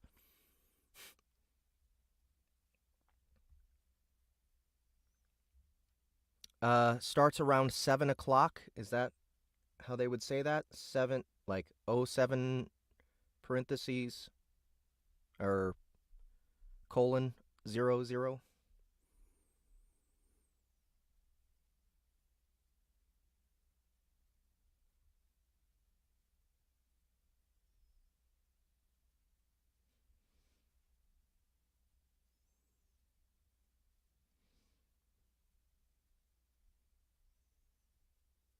Okay, 7 o'clock is good.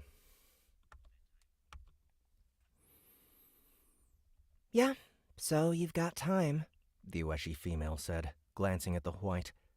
Are you an assassin? The assassin tilted his Ueshi patterned head.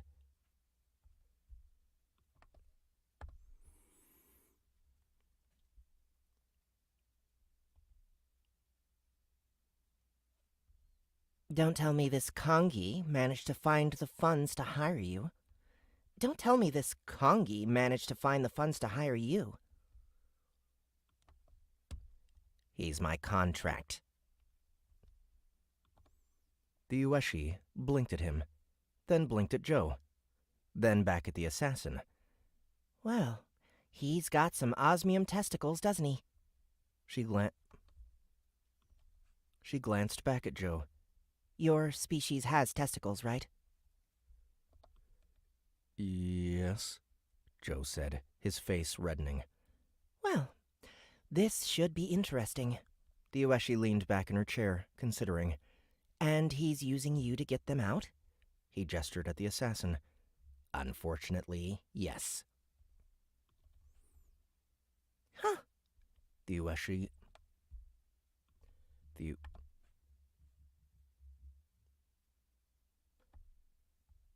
Ueshi leaned back in her chair, considering.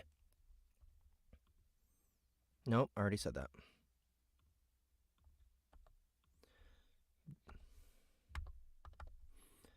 The Ueshi actually sounded impressed. Well,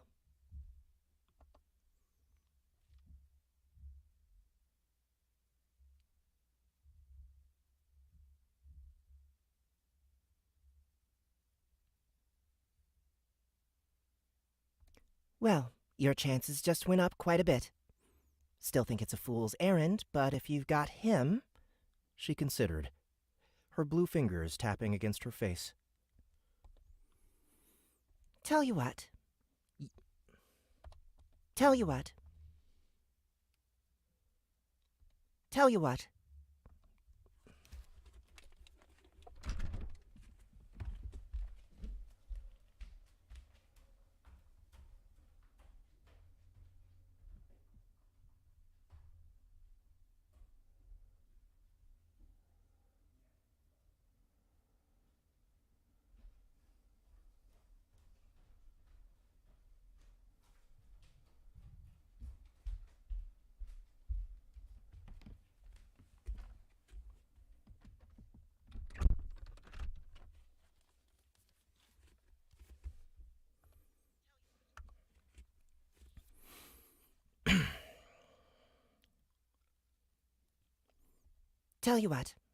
You dig Pelu out of that bunker and you bring that monster out with you. I'll make sure you have free stays at any Naj establishment for the rest of your life. His life won't be that long, the assassin noted, inspecting the undersides of his nails. True, the Ueshi amended. All right, how about this? You bring my brother Pelu out to face justice, and I'll give you a 5 mil reward. Cash, no questions asked.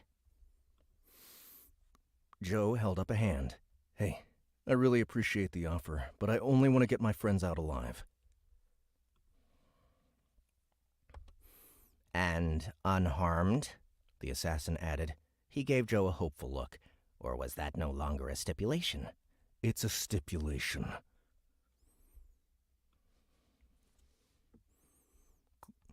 Joe glanced back at the Ueshi and said, Sorry. It's gonna be hard. Sorry. It's gonna be hard enough to get my friends out. I don't want to complicate things.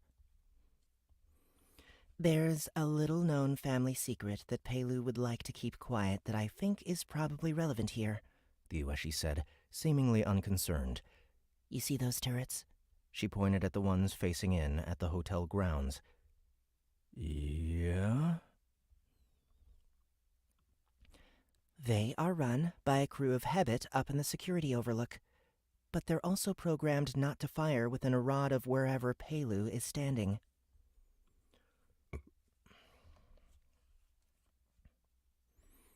Joe frowned, even as the assassin's eyes lit up.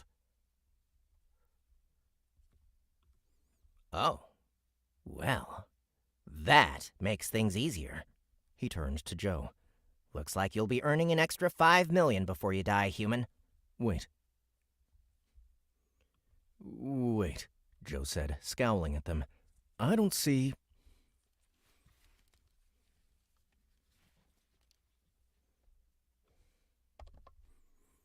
Now if you don't mind, the assassin said, standing. His stipulation was unharmed, and I'd like to rescue his friends before dinner service starts.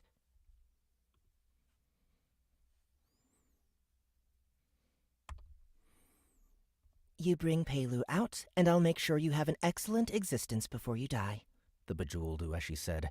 She waved a tiny, dismissive hand. Temporary though it may be. Temporary though it might be. Joe said, glancing at the assassin. Thanks? The assassin shrugged. Shall we do this?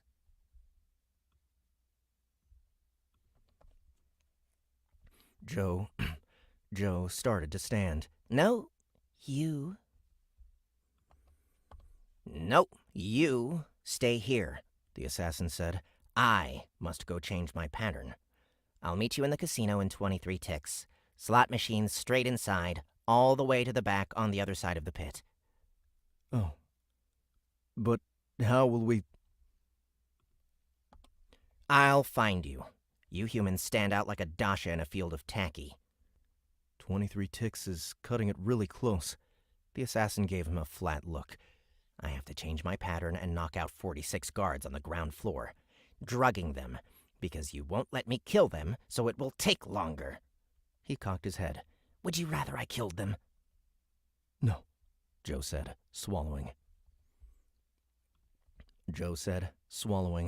Be at the slot machines. 23 ticks. Without another word, the white walked away. The female Ueshi leaned back in her chair, crossing her delicate blue fingers over a silk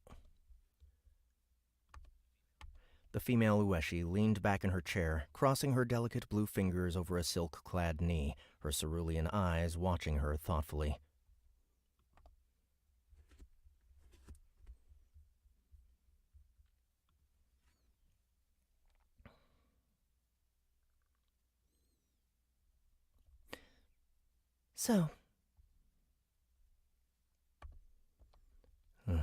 So, I hear from Flick you're headed to a bog and... Oh, no. Never mind. So, I hear from Flick you're headed to a boggin planet. Couldn't get a transfer? Joe, who was still watching the assassin depart through the crowded street, turned back to her in confusion. What? Well, surely you didn't Well, surely you didn't take that assignment willingly. It's my first assignment. I didn't really have a choice. The Ueshi winced.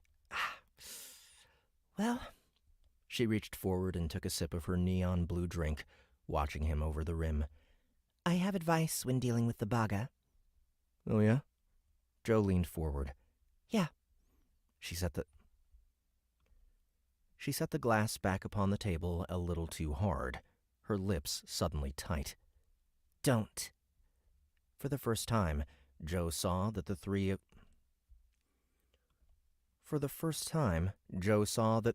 the fingers of her right hand were mutated, fleshy, contorted things. For the first time, Joe saw that 3 of the fingers of her right hand were mutated, fleshy, contorted things, with scars reaching across her hand and up her arm. Joe felt his brow furrowing. Don't? She held up her scarred hand. This is what Baga are good for. Mindless little monsters. Everyone says they're smarter than white. Smart. The best of them can't count past 6. She wiggled her scarred blue fingers thoughtfully. They have an inner apparatus that makes a glue that works by mimicking the biochemical state of whatever it... They have an inner apparatus that makes a glue that works by mimicking the biochemical state of whatever it comes into contact with. It basically becomes it. They take that glue and they spit it at you out a tube in their ass for any excuse whatsoever, the miserable little cretins. A glue. Joe frowned. Out their ass. Yes. They're highly accurate. They like to pin people to rocks, walls, the floor, their chair... They like to pin people to rocks, walls, the floor, their chairs, whatever they're in contact with. Kaleu can't ban the little beasts because they are a sentient species, but that doesn't mean we have to hire them. There's a standing order in any casino that Baga get dragged into the basement and beheaded. Disgusting vermin that they are. Disgusting vermin that they are. The way she talked about Baga had an even greater intensity of loathing than the Ueshi receptionist back at Naj. The way she talked about Baga had an even greater intensity of loathing than the Ueshi receptionist back at Naj Balaru had talked about Jahul. They kill them? Just for being around? Nobody cares about them or will ever go looking for their bodies, The Ueshi said, making a face. They breed so quickly that they have to mass slaughter. They breed so quickly that they have to have mass slaughters on their planets just to keep the population from exploding. Mothers don't know their children. Siblings can't tell one another from the billions of other Baga in the same nest. Congress doesn't want to draft them, but those who make it off-planet and enlist have to be accepted, so they do manage to show up here and there. Anyway, I'm telling you this because I'm told you'll have a Baga on your team. If I were you, whenever you run into it, I'd take it into a dark alley and make sure it didn't follow you back out. You're advising me to kill a Kongi, Joe said, uncomprehending. My own ground mate. Yes, She said, completely without remorse. nothing but useless, psychotic vermin. The fewer that make it off their planets, the better. I know Baga look like vermin, but everyone tells me they're smart. The intensity in the little blue Ueshi's eyes increased 1,000-fold, and she leaned forward intently. We have some time. Let me tell you the story of how I almost lost my hand. That is a long-ass chapter. All right, what is that? 110 to 191. So 81-minute chapter. That should be illegal. Sara, I am thinking about filing a lawsuit against you for that length of that chapter.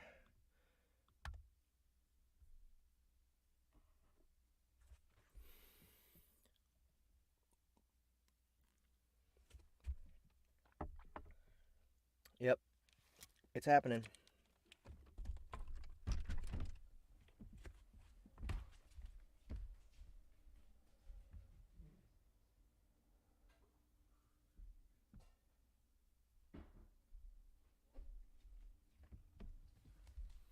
Alright guys, new drama. Watch out. There's gonna be a court case between SBT and Sara King. Stay tuned, watch the social medias, watch the newsletters.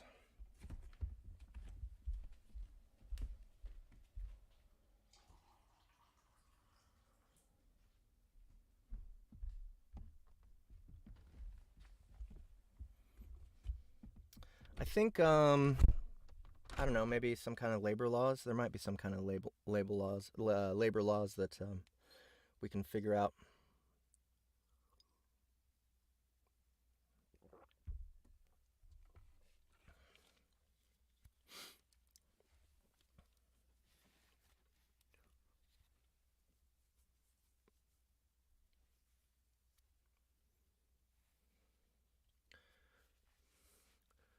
I'll be like, Your Honor, this chapter was entirely too supple.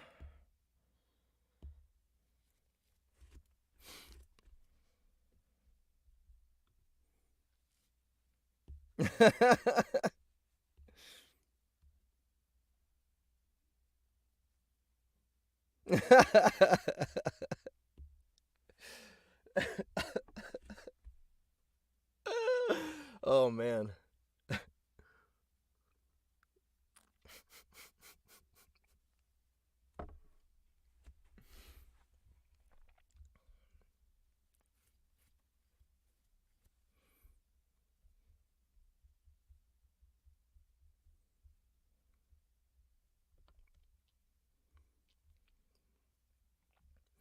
Or it could be like fraud, like, oh, you know what? I'm not wearing my narration socks. And that could be because I didn't expect this chapter to be so long. And so, my feet stuck to the rubber mat because they were I was standing here for too long at a time. Yeah, there we go. There we go. It's like reckless endangerment.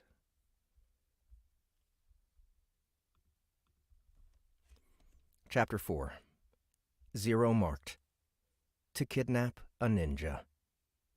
The Kaleu Crown, Yo Mall, Kaleu, Kaleu Sector, 4th turn, 215th age of the Dasha. Rat had no sooner downed the drink the casino had comped her than she had started to feel dizzy.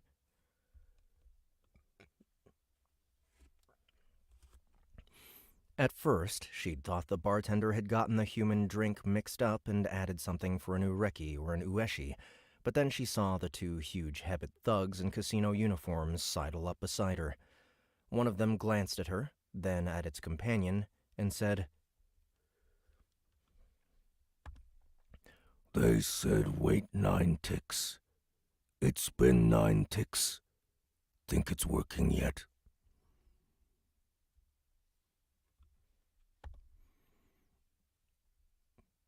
We could hit it a few times and make sure? No, Org. Mr. Pelu said no club. Aww. The second Hebet looked depressed.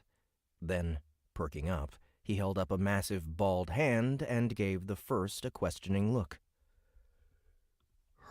What about fist? The first one hesitated.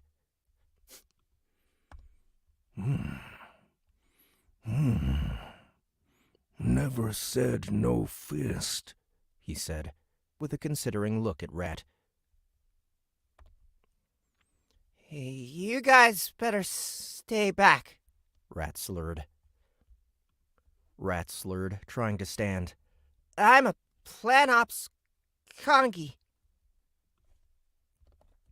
She took 2 steps towards the door, then immediately tripped and fell forward into the first Hebet. He caught her and held her up by the back of her shirt.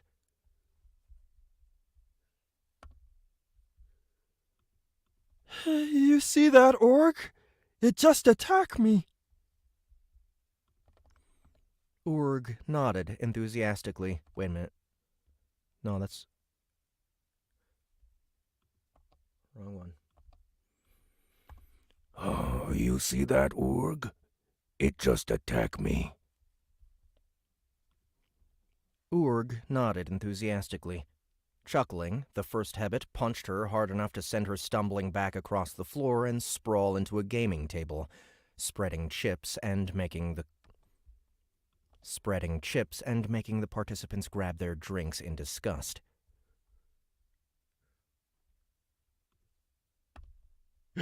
Chips fall on floor. Chips belong to house. Chips fall on floor. Chips belong to house. Org roared at the gamers, who started scrabbling to pick up discarded chips. He swung his big club in a huge hand, glaring at them, and the gaming participants reluctantly rose and edged away, allowing Org to bend down and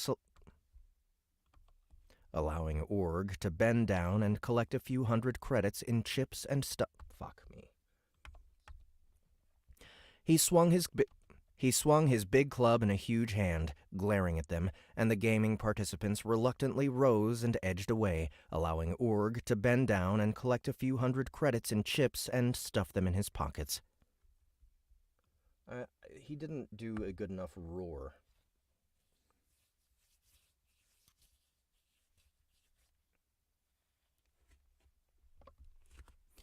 Chips fall on floor. Chips belong to house. There we go.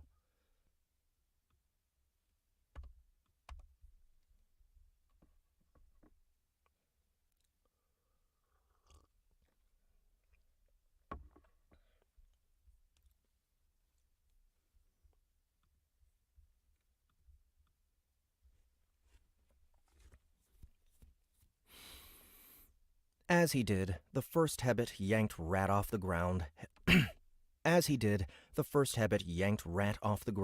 Held her slumped against his wrist as his buddy stole chips, then Carrie dragged her down the hall, into an elevator, and down an opulent golden hall, down a set of stairs, and into a huge, echoing, dark room with a single, massive dining table.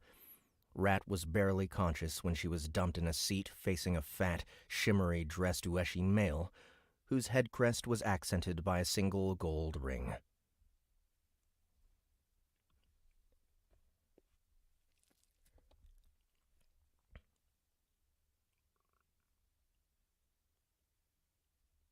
It's bleeding on my table, The Ueshi complained. I told you to drug it, not beat it half to death.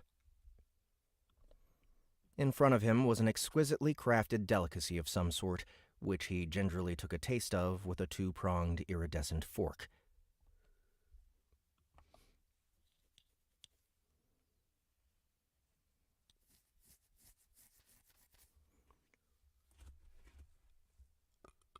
Which one punched her?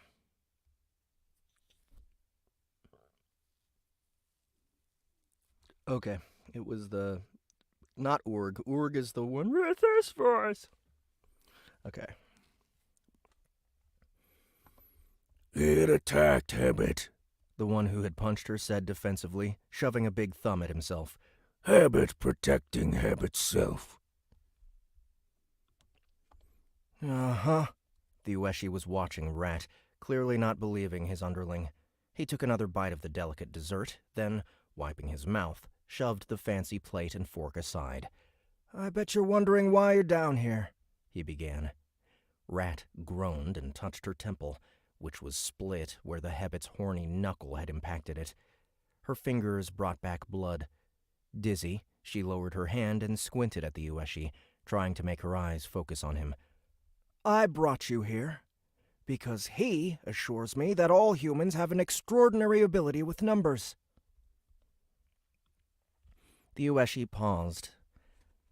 To look at the short, stocky form that was even then hanging by his wrists from the ceiling nearby. Something I find improbable, considering they would have immediately been removed from the draft and been given planets to manage like the Bajna.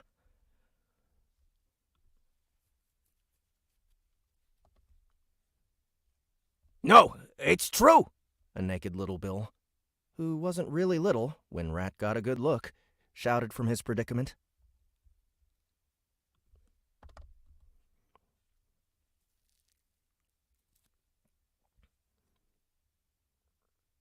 We're all able to count cards.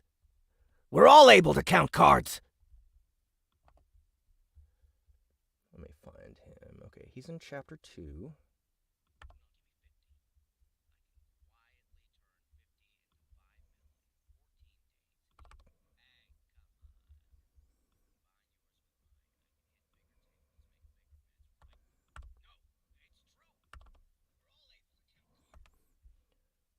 No, it's true.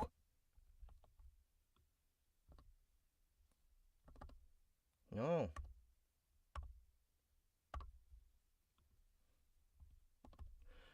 We're all able to count cards.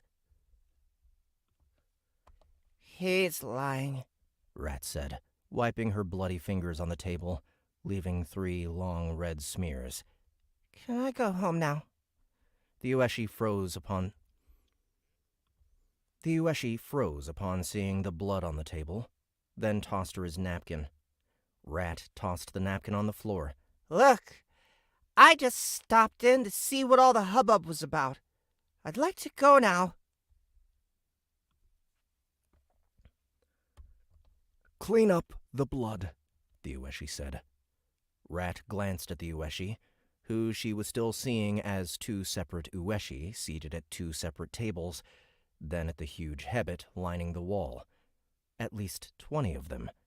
Then at Little Bill, naked and dangling from the ceiling. What in the burning dreet hell did you do, Little Bill?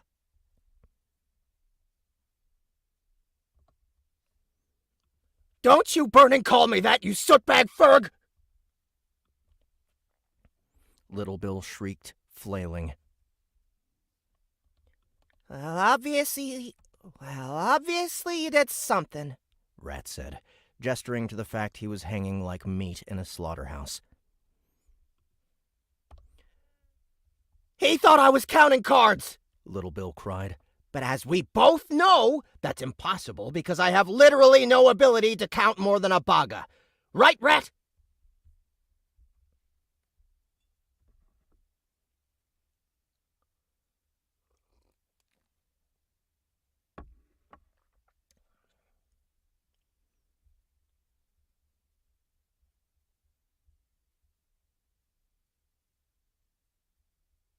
Needs more psycho.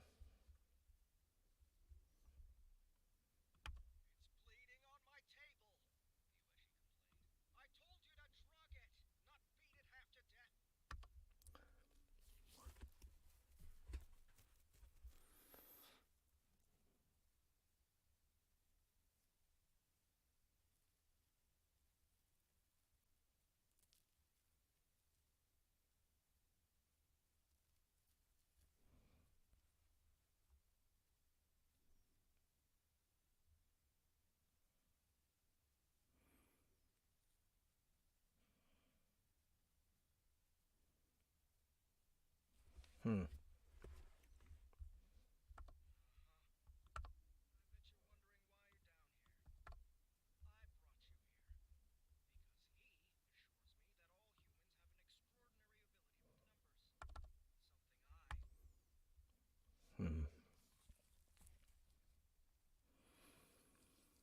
Hmm. Hmm.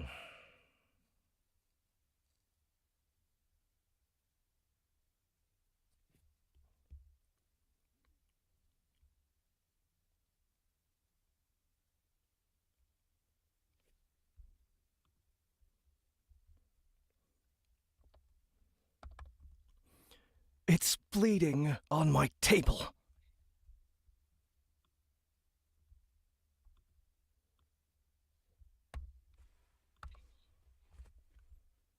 It's bleeding on my table. I told you to drug it, not beat it half to death.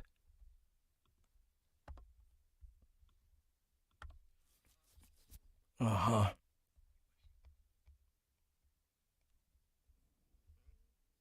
I bet you're wondering why you're down here.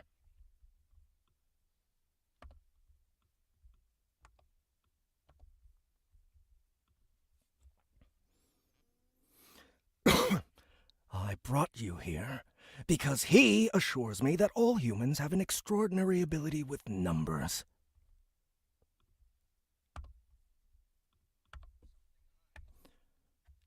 Something I find improbable, considering they would have immediately been removed. Something I find improbable, considering they would have immediately been removed from the draft and been given planets to manage like the Bajna.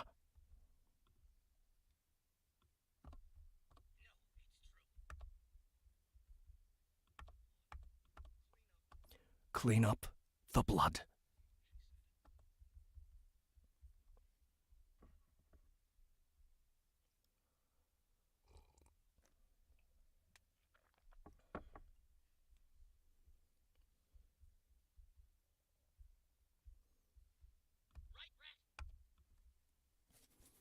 Right, Rat?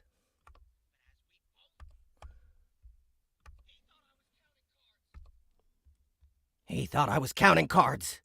Where'd it go?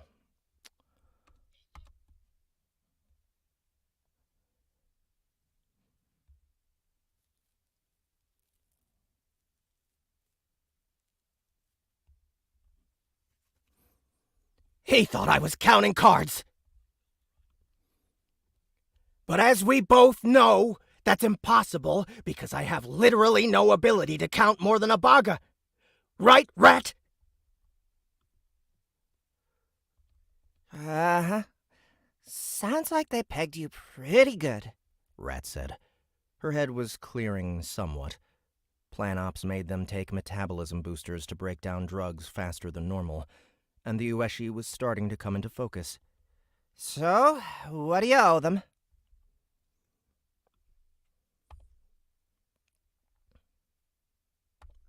Clean up the blood. Why did it not record that? Clean up the blood. The Ueshi snapped. The Ueshi snapped. I'd won big. 600 G. And these guys jumped me and hauled me down here. Stole all of it from me. The blood! Probably wanted you to work for them. Rat said. She stooped to grab the rag and idly wiped the blood, then casually tossed the red-blooded rag into the center of the Ueshi's uneaten banquet. At the head of the table, the Ueshi lunged to his feet, a look of horror on his face. To Little Bill, Rat continued. You actually turned him down? Little Bill had the decency to look at some...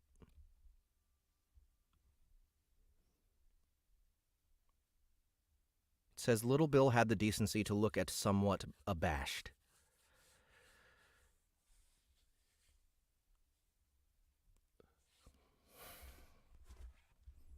Maybe he's supposed to look ashamed?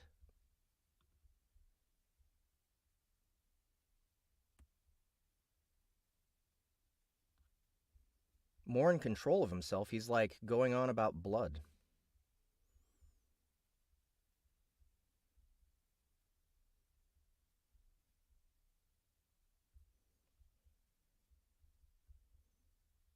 I mean...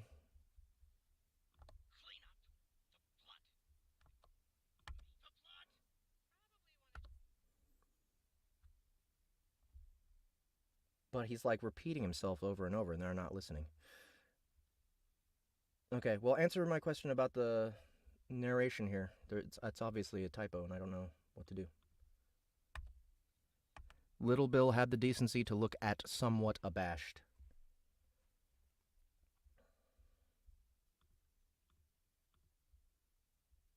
So look somewhat ashamed? That's what you mean?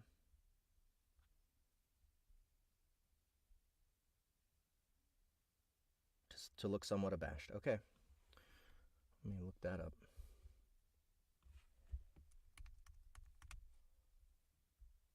Embarrassed, disconcerted, or ashamed. Okay. Same thing. Little Bill had the decency to look somewhat abashed. Okay, so he's just repeating himself and, like, not even angry about it.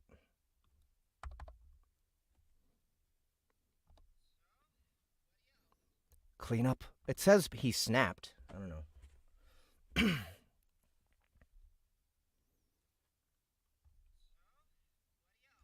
Clean up the blood. Clean up the blood. I mean, I don't know how I snap and be in control. The blood! I mean, like, the way it's written, it's like clearly he's getting angry. Okay.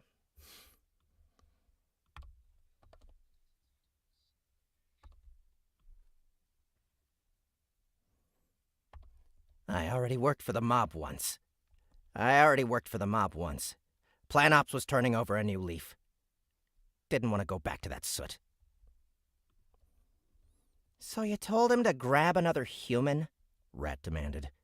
Still standing, the fat Ueshi was staring at the rag, sputtering. I mean, like, he's...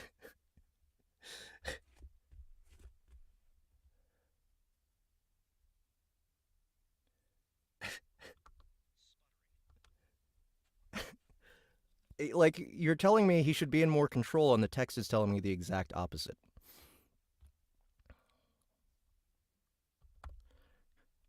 You! Rat sighed, turning to face the fat Ueshi.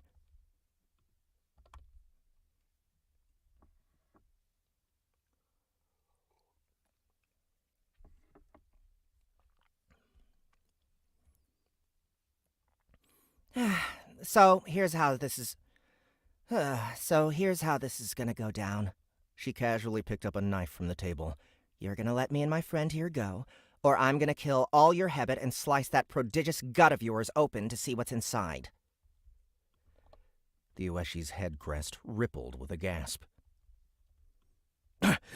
You are drugged and completely surrounded.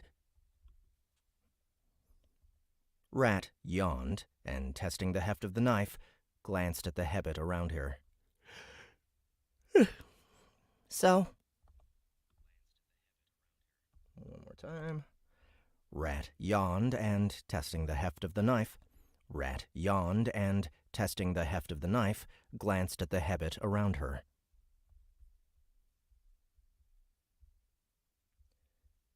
But Hannibal Lecter doesn't, like, sputter and get out of control and pissed off. Like, what am I supposed to do here?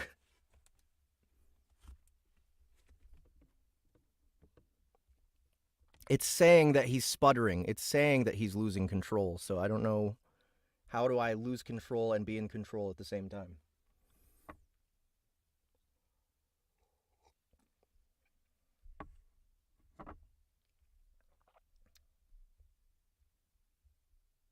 Yeah, Head Desk, you're the one who read it, or wrote it, not me.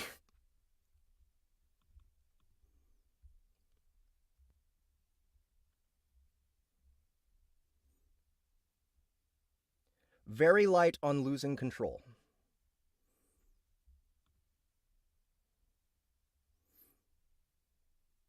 Okay. Very light on losing control. Got it.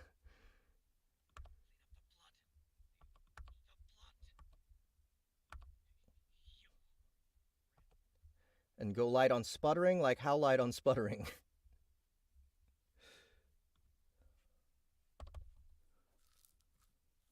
Like...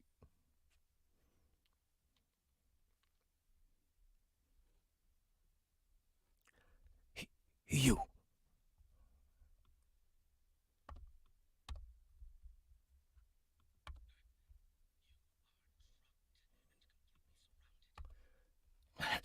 You are drugged and Wait, what does it say? Okay, he gasps. You are drugged and completely surrounded.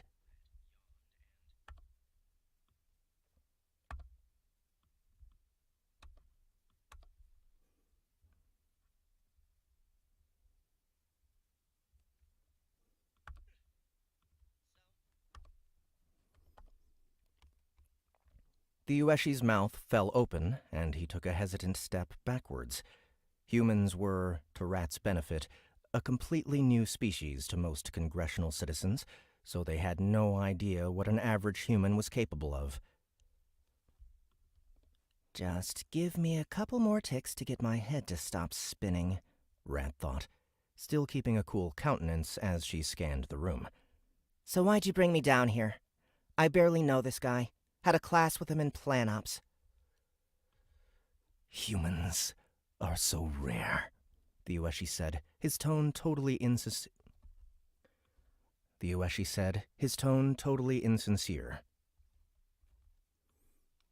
Humans are so rare. Humans are so rare.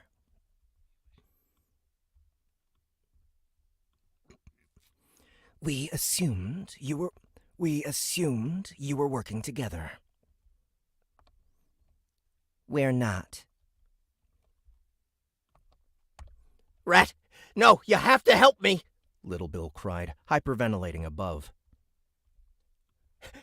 They're gonna torture me! Shouldn't be such a midget asshole then, I guess, Rat said. To the closest habit, she nodded and said, Let me guess. He went for the nuts? He and a couple of the other habit nodded.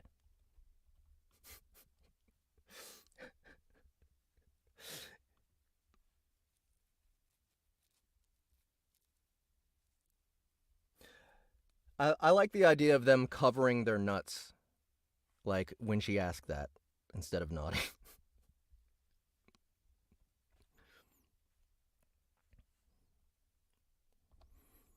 Yeah, that's pretty typical. She casually plucked some... God damn it. Yeah, that's pretty typical. She casually plucked something she didn't recognize from the banquet, tasted it, and immediately spat it back out over the other plates. The Ueshi's eyes narrowed.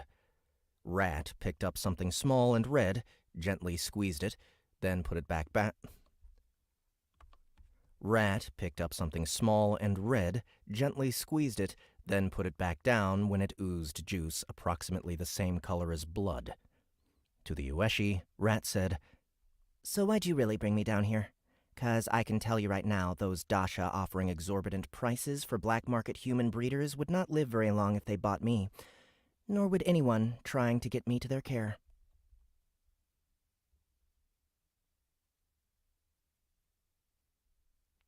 Let me try that again. So why'd you really bring me down here?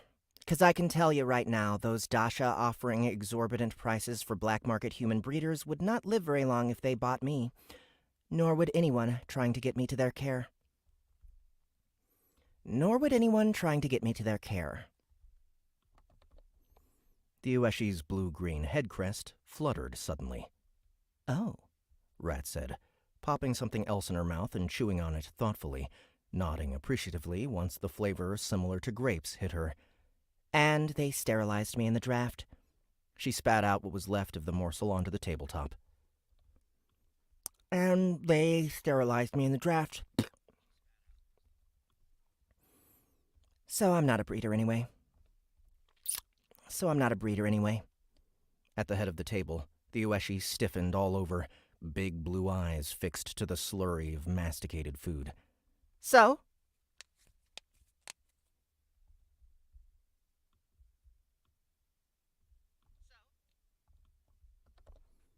Rat said, cracking her knuckles. I guess now's a good time to tell you humans are really, really good at one thing. And while Little Bill's one thing is counting cards and other meaningless numbers shit, and Joe's one thing is being lucky, my one thing is killing folks who deserve it. She adeptly flipped the knife in her hand and gave the Ueshi a smile. The fat Ueshi snorted. Raising his voice to the Hebbit, he said, Subdue. Subdue it. Subdue it. Subdue it!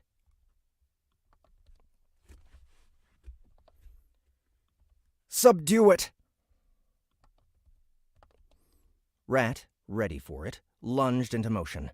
Having already picked her target, she threw the knife at the closest Hebbit, stopping his thundering rush when the blade lodged in his eye, bringing him to a sliding crash face down in the banquet, making the Ueshi scream and jump away from the table. She grabbed more utensils from the mess of food and, already running, leapt over the feast and caught the next thug with a huge, two-pronged serving fork through the throat into the windpipe and blood vessels. The Hebbit gurgled, scrabbling at his throat, and went down to one knee. Rat roundhoused him in the head, and he went down like a sack of Dasha flake. Another Hebbit jumped its fallen comrade to rush her, and Rat jabbed the top of a spoon into his big open nostrils, making him jerk and stumble away from her. She followed that with kicking it the rest of the way in with her foot. The Hebbit's body went board stiff, then went down to one knee, then both, then The Hebbit's body went board stiff, then went down to one knee, then both, then limply fell face first to the floor at the corpulent Ueshi's feet. I said subdue the creature! The Ueshi snapped as the other Hebbit hesitated at the three twitching bodies of their friends. Now! More Hebbit rushed her, 3 this time, and Rat used their forward momentum to duck and, using the throwing technique that Master Kagawa had shown her, sent all 3 Hebbit stumbling past her, plowing their heads directly into one of the room's massive support pillars. The Ueshi was screaming now, backing away from the table in a full panic.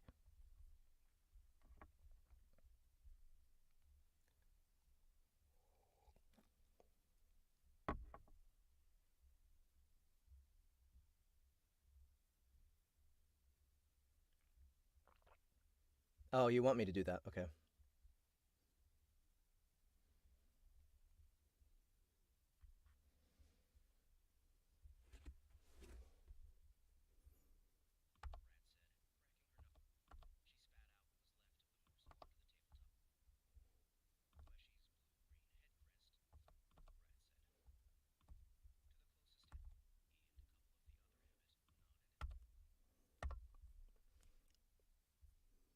can't. I'm gonna have to make a bunch of space here.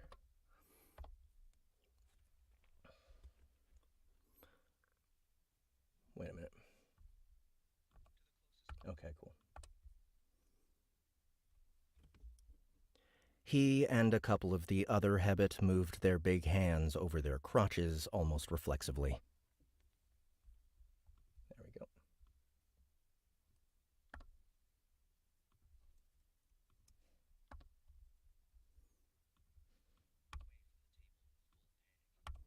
There we go.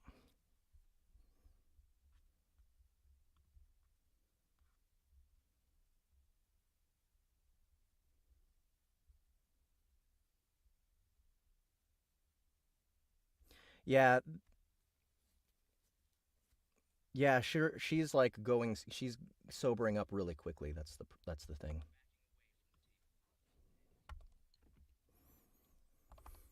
Told you, Rat said, ducking a swing from another Hebbit and... Let's try again. Told you. There we go. She's already worked up. Rat said, ducking a swing from another Hebbit and kicking him in the balls. Rat said, ducking a swing from another Hebbit and kicking him in the balls, then spinning to give him a roundhouse to the head. Spinning to give a roundhouse. She's ducks a swing, kicks him in the balls. Okay. I'm kinda a prodigy. I'm kinda a prodigy when it comes to killing stuff. Better than Joe, but he cheated. I'll get him back later, though. Gloriously. Who's Joe? The Ueshi cried, sounding totally baffled and afraid. Okay. Who's Joe? He was keeping the table between him and her. What are you? He's a sootbag, Rat said, bringing a Hebbit to his knees by burying a broken plate in his neck. Just some cheater asshole. Just some cheater asshole I'm gonna get back later.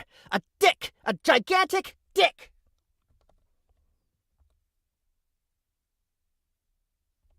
The Ueshi watched her brutalize another of his Hebbit. With trepidation, he said, What's a dick?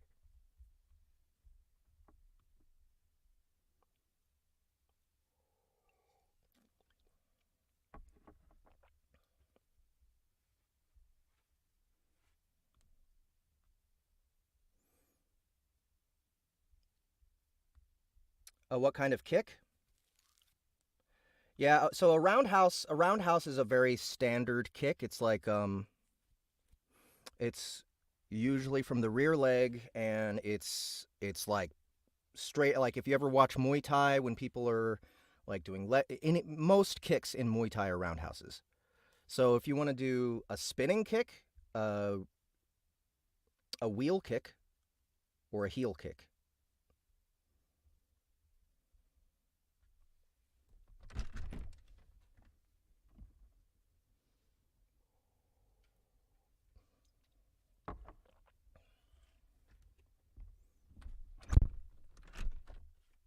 Heel kick. Okay.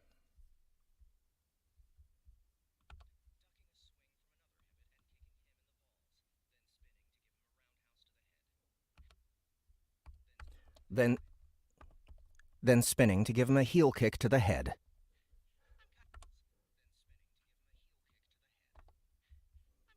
There we go. Now, if people who like martial arts listen to it, they'll be like, oh, that actually makes sense.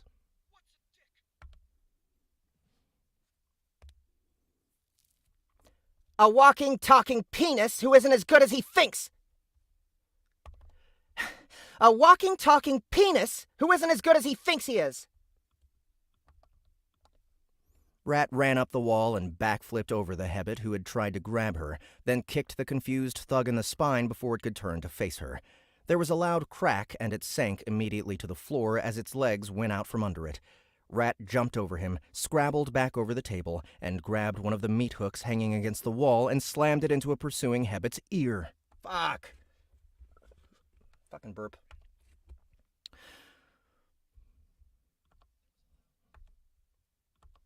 Rat jumped over him, scrabbled back over the table, and grabbed one of the meat hooks hanging against the wall and slammed it into a pursuing Hebbit's ear. As she dodged another Hebbit, spinning around the support post and stabbing him with an ornate candlestick on the other side, she wondered how her assassin present had gone. Nope. As she dodged another Hebbit, spinning around the support post and stabbing him with an ornate candlestick on the other side, she wondered how her assassin present had gone over. She had told the assassin to bring back video evidence. But she didn't have a lot of hope. She caught another Hebbit in the chin with her foot, then, as he stumbled backwards, kicked him 3 times in the nuts, stomach, nope. She caught another Hebbit in the chin with her foot, then, as he stumbled backwards, kicked him 3 times in the nuts, stomach, and solar plexus in quick succession. Then, as he stumbled forward, clutching his gut, she caved his face in with a spinning sidekick. The crushed face of their buddy made all the other Hebbit in the room slow. Rat took the moment to... Now, is she in her armor?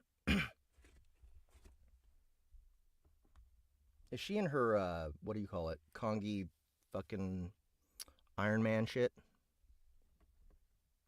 Halo shit?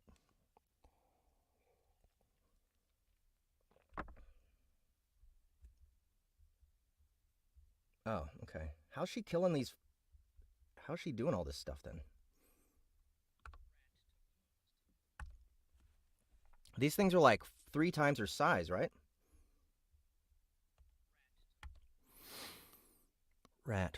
Rat took the moment to lick the green Hebbit blood from her knuckles, then spat it on the floor between them. Rat took the moment to lick the green Hebbit blood from her knuckles, then spat it on the floor between them, grinning at her foes. Rat took the moment to lick the green Hebbit blood from her knuckles, then spat it on the floor between them, grinning at her foes.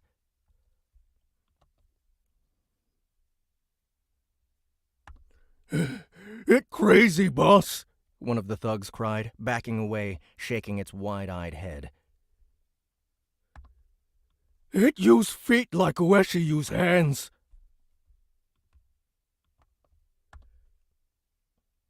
And it fly, another Hebbit cried, gesturing to the fact that Rat had leapt off the walls, the chairs, and the table as easily as if she were back in the dojo, trying to land a kick on her wiry little ninjutsu instructor.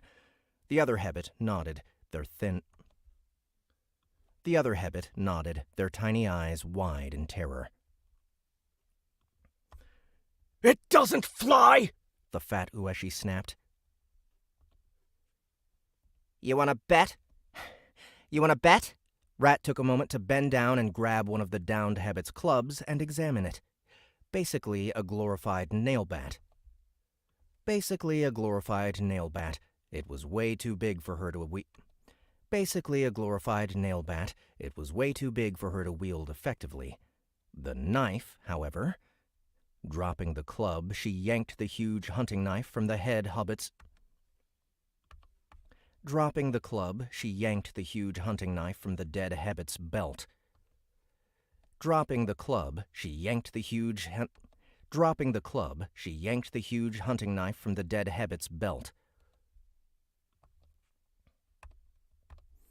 Oh, this'll be fun. She ran her tongue along the flat of the blade, smiling at the Hebbit over it. The Hebbit piled over each other to get away from her, jabbering in terror. Skin this! The fat Ueshi jabbed the big red button set into the table by his seat, making a comm give a static signal as it activated. Ropnol, that human wasn't drugged! Ropnol, that human wasn't drugged properly! Send reinforcements!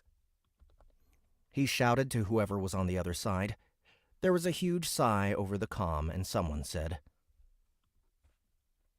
Okay, who is this? I imagine it's a white from the name. I guess you might be answering this.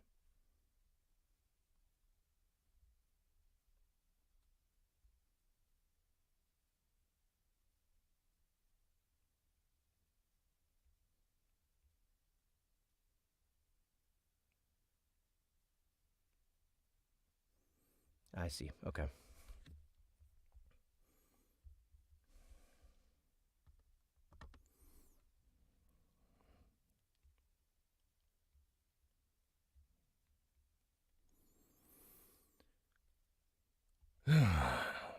Coming.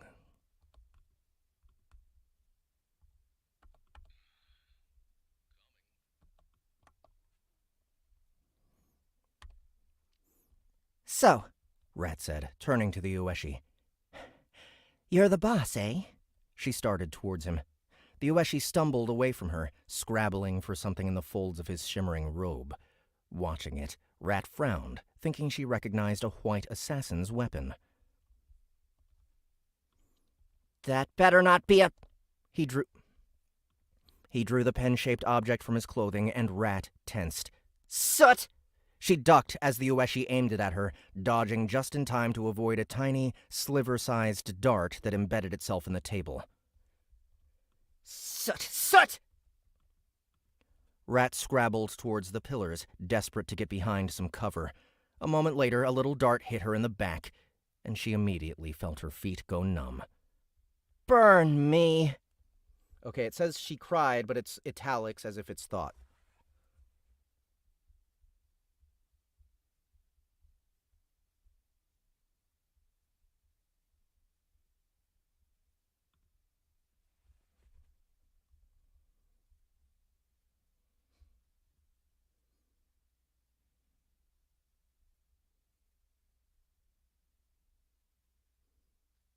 Okay.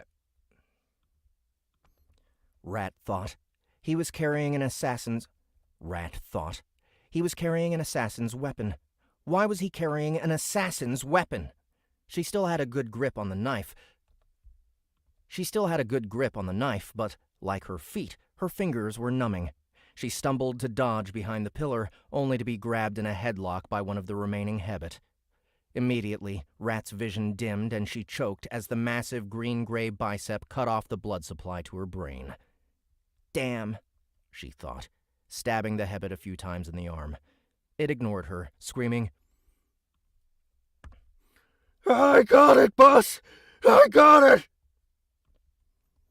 Rat's body was going limp, her vision blacking out, when, overhead, there was a sudden buzz, and an iridescent insectoid dropped into the fray, slapping the Hebbet who had her in the headlock in the eyes and ears with its tiny, clawed feet. The Hebbet shrieked and threw Rat away from him, right into the waiting arms of the Hebbet who was striding into the room at the head of a group of thugs of various sizes and shapes. Come here. The Hebbet said with a sigh. Rat felt a sting where the Hebbet touched her, and immediately her body went the rest of the way limp, her legs collapsing under her. Jumping from the face of the screaming Hebbet, a football-size, iridescent, scarab-colored insectoid launched itself at the Hebbet holding her. Baga! The Ueshi was screaming, scrabbling away. It's a baga! Get it! Get it! The Hebbet holding Rat rolled its eyes and flicked his wrist. A moment later, a tiny puff of black marked the place where a dart had taken the insect in one of the joints between carapace segments. Its wings instantly stopped buzzing, and it fell from the air like a stone, hitting the ground with the hollow sound of its hard shell bouncing on marble.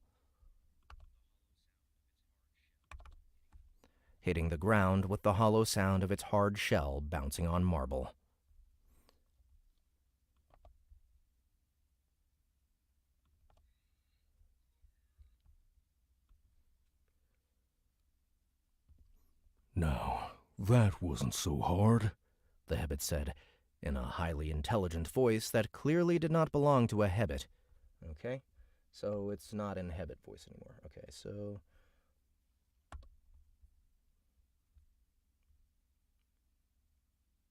Right.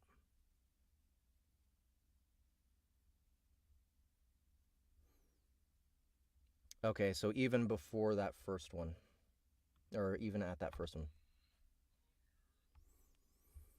Okay.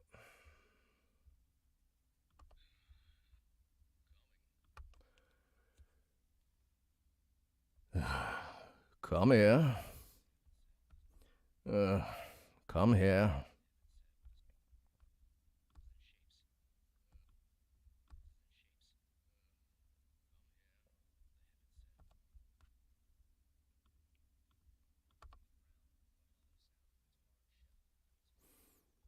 Now, that wasn't so hard. Did you really need to call me down from the pits for... The White hesitated, apparently taking in the dead bodies scattered throughout the room for the first time. Oh.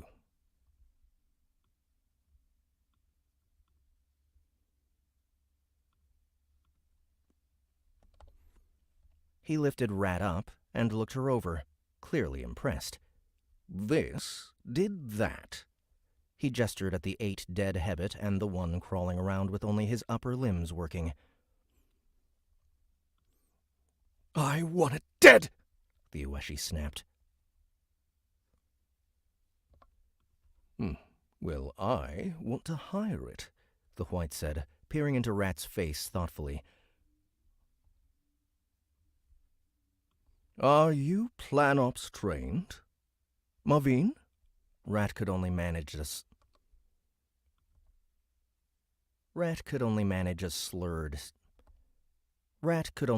slurred grunt.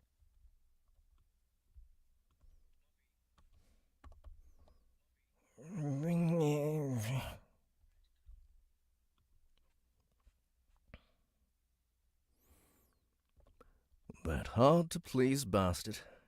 Congratulations on surviving. Impressive, human. I've been paying attention to Congress's latest acquisition, and I would have written off your species as generally useless in every way, except maybe linguistics. That any of you made it through PlanOps at all. That any of you made it through PlanOps at all was a miracle. But this? He seemed excited by all the death around them. You'd make a good assassin, girl. It's a girl? The Ueshi asked with a sniff. It's a girl? Let's try that again. It's a girl? The Ueshi asked with a sniff. How do you know? The White waved him off distractedly.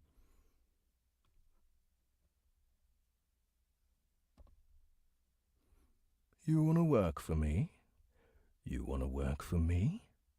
Rat closed her eyes and forced all of her concentration into shaking her head once. Kongi. Oh, that can be remedied, The White said, more enthusiastically than Rat had ever heard a White speak before. Pull the right strings, pay off the right paper pushers. It hesitated. Pays about 18 times what you'd make as a Kongi. Rat considered. There any perks? Medical, full accident reimbursement, a rotation paid leave, unlimited access to the casino's luxury spa, and its accompanying regen chamber, full room and board. No, not those kind. Rat interrupted. The White hesitated. What kind of perks you want? He seems like he would say, "Do you want?"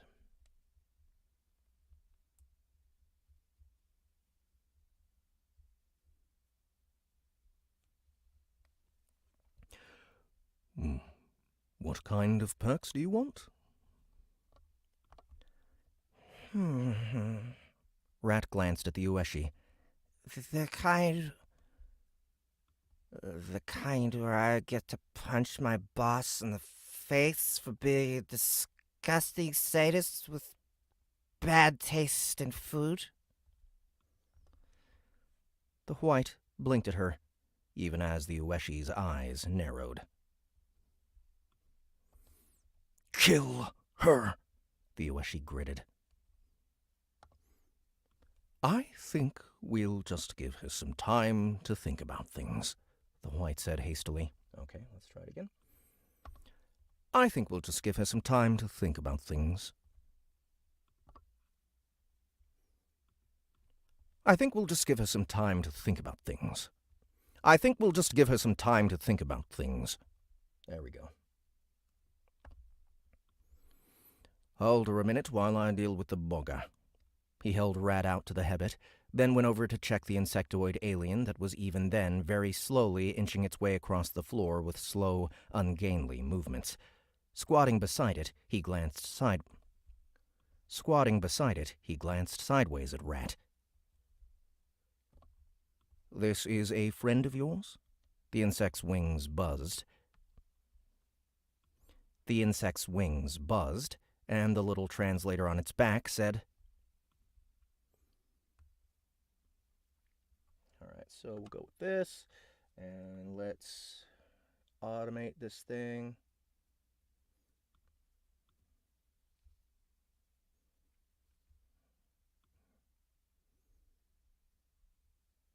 Okay, I forgot. I need to also... Maybe I'll change it to this one. Yes, that's what I'll do. Okay, let's get rid of this.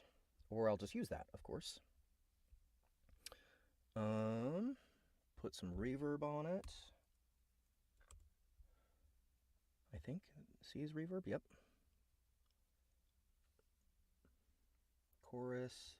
Also need a speaker. Let's go with, I can't remember what I used. Let's just try the nice TV one.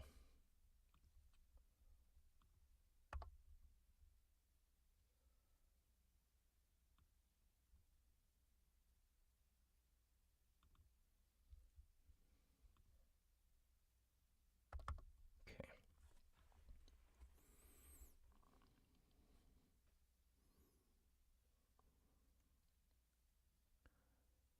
She's my battlemaster. She's my battlemaster.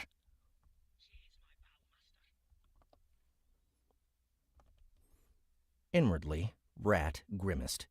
She thought she had noticed something spying on her from the shadows ever since the shuttle port, but she had written it off as the assassin. Unlikely, considering how Congress tries to avoid Bogger in their ranks. The White glanced at Rat. You know this guy? Rat looked at the bug and made a face. Ravid told me they were probably gonna stick us with a baga for the Black mission, and that he'd probably collect dirt on Zero and me on Kaleu to use to blackmail us later. That seems... Okay, is she... Okay, a Baga is a nerd. Is she drugged? Because this seems incredibly coherent. I thought she was drugged.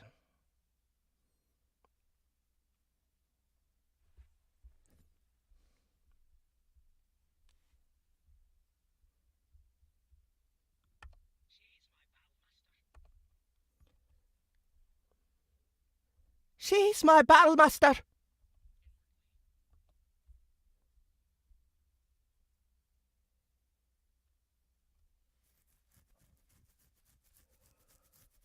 Okay.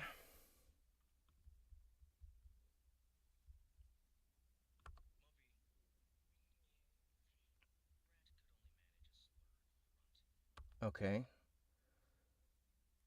So, how long... So it's like running its course already? Oops. Oh, 69mega.com. Fire. Have a good time. Find your love. Okay.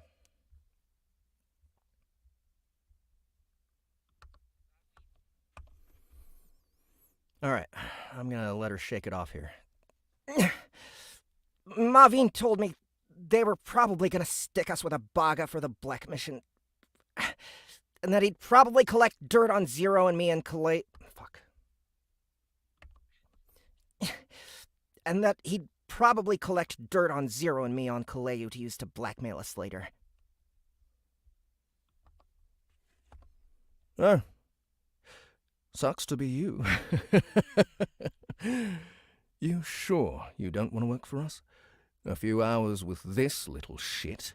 He paused to rip off the appendage on the creature's ass that was even then straining towards his face.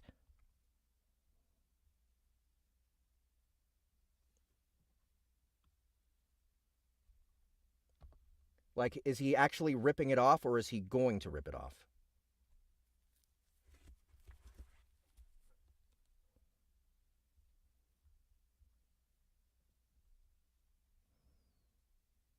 Oh, okay. He does rip it off. Yeah!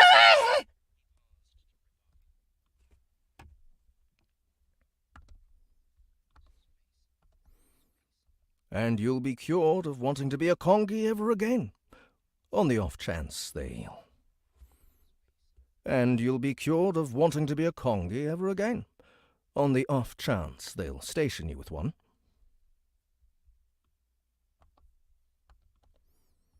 He tossed the appendage aside with a wet slap against the wall as the bug screamed and flailed its legs uselessly on the floor. Hey! That's destroying congressional property! He'll grow it back. The white yanked the buzzing little creature off the ground, walked over to the line of cages, and threw the baga into the smallest one. To the habit holding Rat, he said, Go put her in the cage right next to it, so she gets a taste of congy life. A few hours of thinking about working with these insufferable little vermin should change her mind about working for us. I don't want her to work for us, the Ueshi at the table muttered, as Rat was dragged across the room and thrown into a cage beside the baga. Well, after seeing what she did with just her hands and feet while partially drugged, I do. And until you fire me as Chief of Security, I'll be making defense decisions around here. And until you fire me as Chief of Security, I'll be making defense decisions around here while you, my very corpulent and short-lived friend, will continue to eat yourself into a very slow death of old age, rather than fall to the dozens of very organized, specialized, and well-paid enemies that have a price on your head. He bowed deeply to the Ueshi. Was that everything, Mr. Noj? I was monitoring the situation on floor 1. What's happening on floor 1? The Ueshi asked, sounding a bit subdued. Ring of thieves. Ring of thieves looking for a distraction to grab a bunch of chips and run for the doors. The white shrugged his huge habit shoulders. They haven't made a move yet, but I'm expecting one soon. Well, you know what to do with those. The Ueshi said, slowly sitting back down in his chair to glower at Rat. I do indeed, the white said, turning towards the door. As he walked past the table, he grabbed some sort of fruit from the banquet,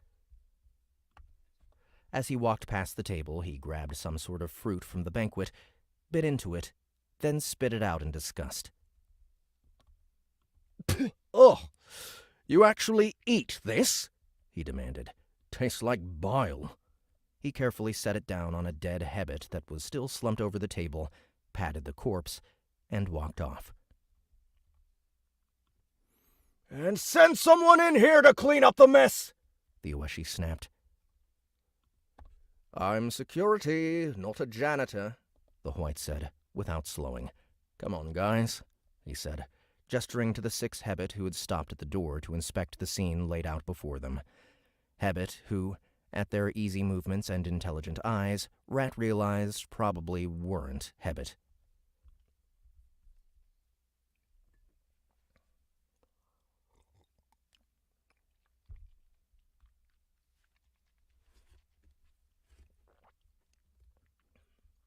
How is this chapter so fucking long? I thought it was only 20 pages.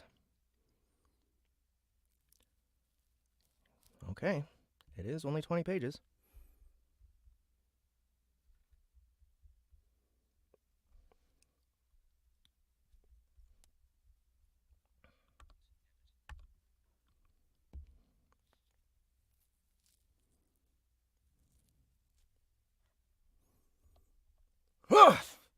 The Ueshi snapped, once the White had left the room with his thugs.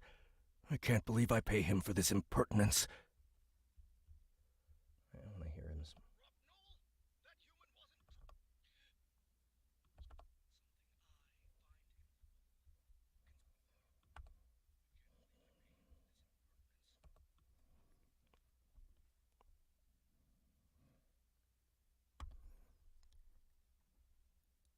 That's the thing. That's the thing about cowards and idiots. That's the thing about cowards and idiots. The Baga spoke up from its cage. They have no abbas, so they pay other, smarter people.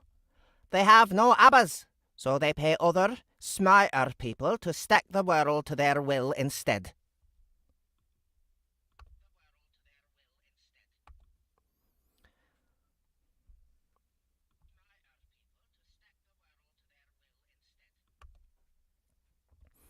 The Ueshi froze. Excuse me, you little cretin. Sounded like he called you a ballless ferg, Rat said calmly, picking the dart out of her back. She looked it over, then flicked it aside. Looking him dead in the eyes, she said, "You ballless ferg." The Ueshi hesitated, then quickly stood up, threw his napkin at the table, and marched away. Come on, guys. Don't piss him off, Little Bill whined. He was still hanging from his wrists overhead, dangling like a slab of meat in a slaughterhouse. You're the reason we're all down here. The Baga snapped, buzzing its wings. You're the reason we're all down here. If you hadn't been trying to steal... Technically, it's not stealing. He's just really good at numbers. I'm really good at numbers.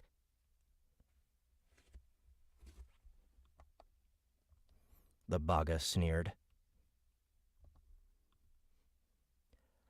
And a casino.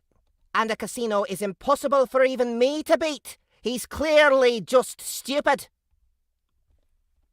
The confidence with which he said it made Rat think this wasn't an average Baga. Oh, yeah? Rat looked him over. What's the highest you can count to? She knew from Mavin's briefing, a briefing that Zero had missed because he was busy celebrating his win and Mavin gave him the day off, that 99% of Baga were unable to count past 6. 19.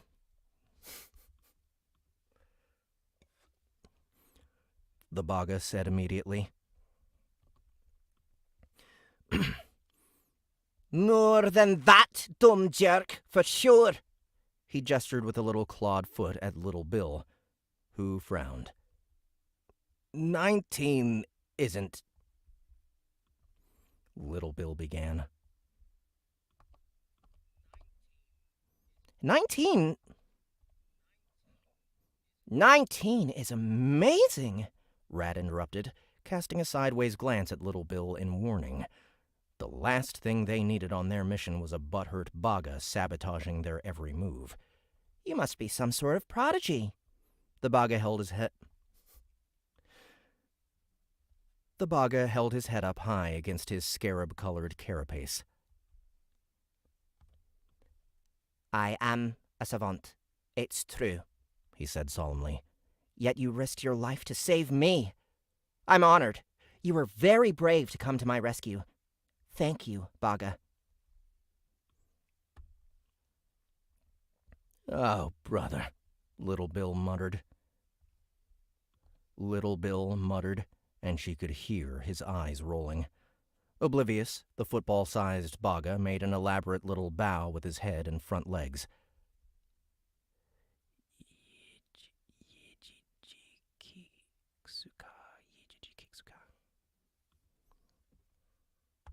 My name is Yijiji Kiksuka.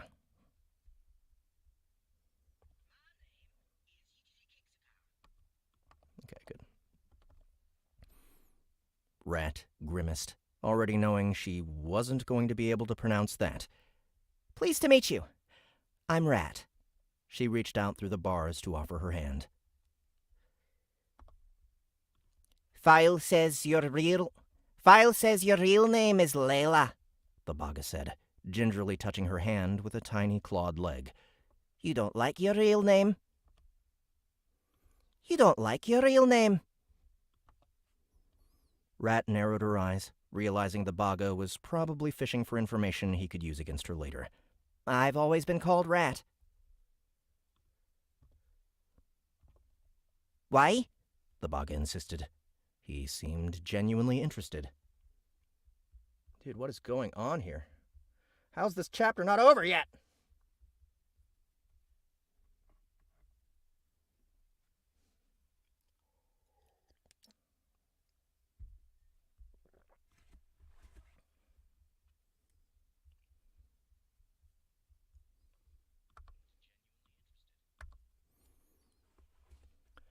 Rat figured if he'd already seen her file, he'd already seen the juicy stuff, and there wasn't much point in hiding the little things from him. She shrugged. Picked it up when my parents were working in Japan. Kids there don't like foreigners, and somebody saw us creeping in and out of the sight. Kids there don't like foreigners, and somebody saw us creeping in and out of... Kids there don't like foreigners, and somebody saw us creeping in and out of the side door of a crazy cannibal death cult like rats. I ditched the cult when I ditched the parents, but the name kinda stuck. Especially when Kongi's caught me leading a bunch of other kids through the sewers trying to evade the draft. The kids I was leading were calling me Rat, so the Kongis started calling me Rat. The kids I was leading were calling me Rat, so the Kongis... The kids I was leading were calling me Rat, so the Kongis started calling me Rat. It's Rat. Okay, Battlemaster Rat. Okay, Battlemaster Rat. The Baga said cheerfully. So, how are we getting out of here? What's your plan? Rat didn't have a plan. Maybe Little Bill and I could agree to work for him and just slip out the front doors in a day or two when they're not paying attention. The Baga fixed its faceted red eyes on her for much too long, until Rat realized he was giving her a flat stare. Eventually, the Baga said primly,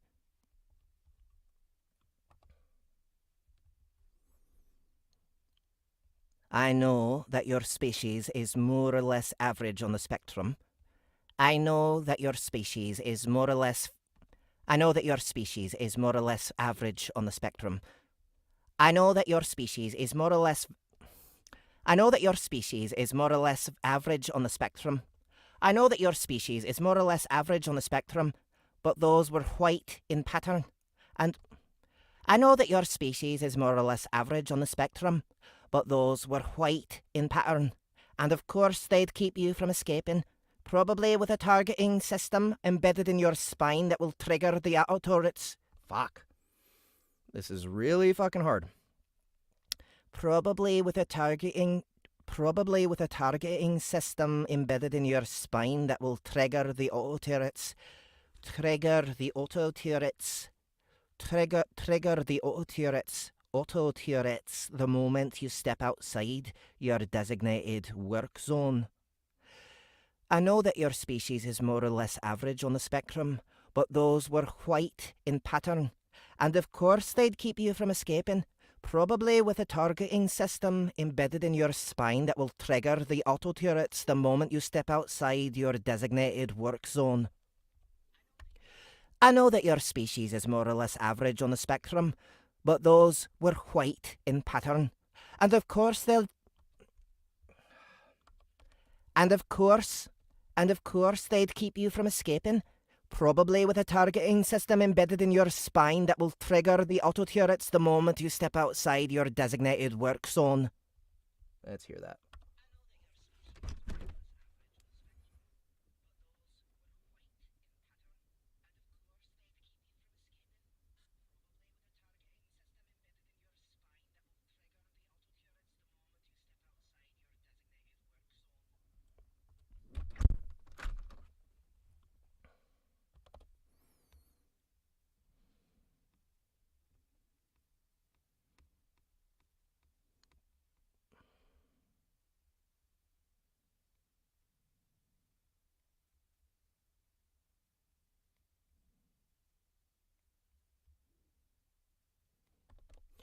Rat winced. Oh. Maveen had told her the Baga were more intelligent than humans, but it had been so hard to look at what... Maveen had told her the Baga were more intelligent than humans, but it had been so hard... Maveen had told her the Baga were more intelligent than humans, but it had been so... Fuck. Maveen had told her the Baga were more intelligent than humans, but it had been so hard to look at what essentially looked like a colorful cockroach and see something with mental acuity.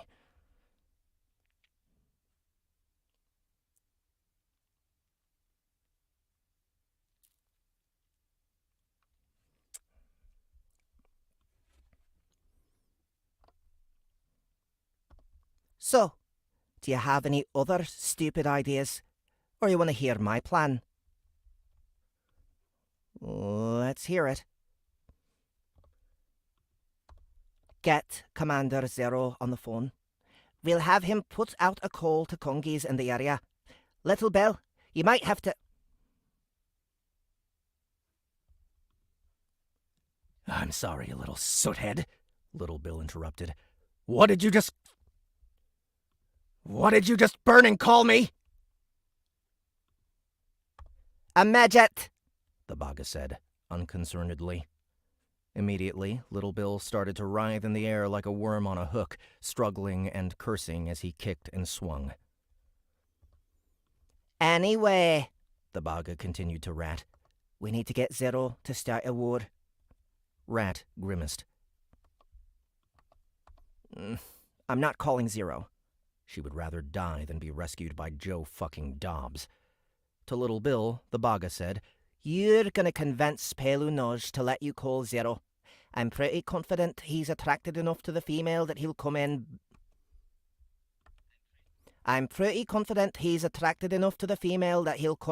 guns blazing.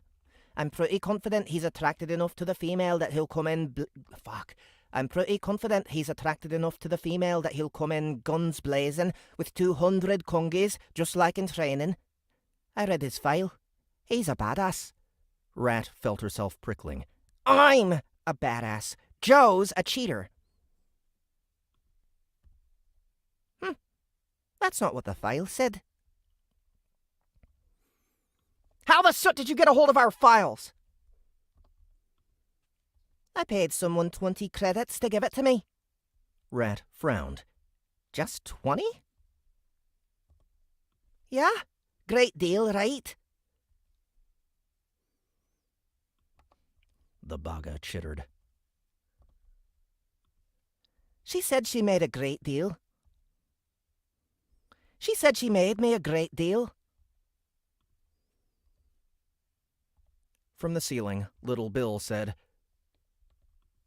But you said you were only able to count to 19. But you said you were only able to count to 19. Right.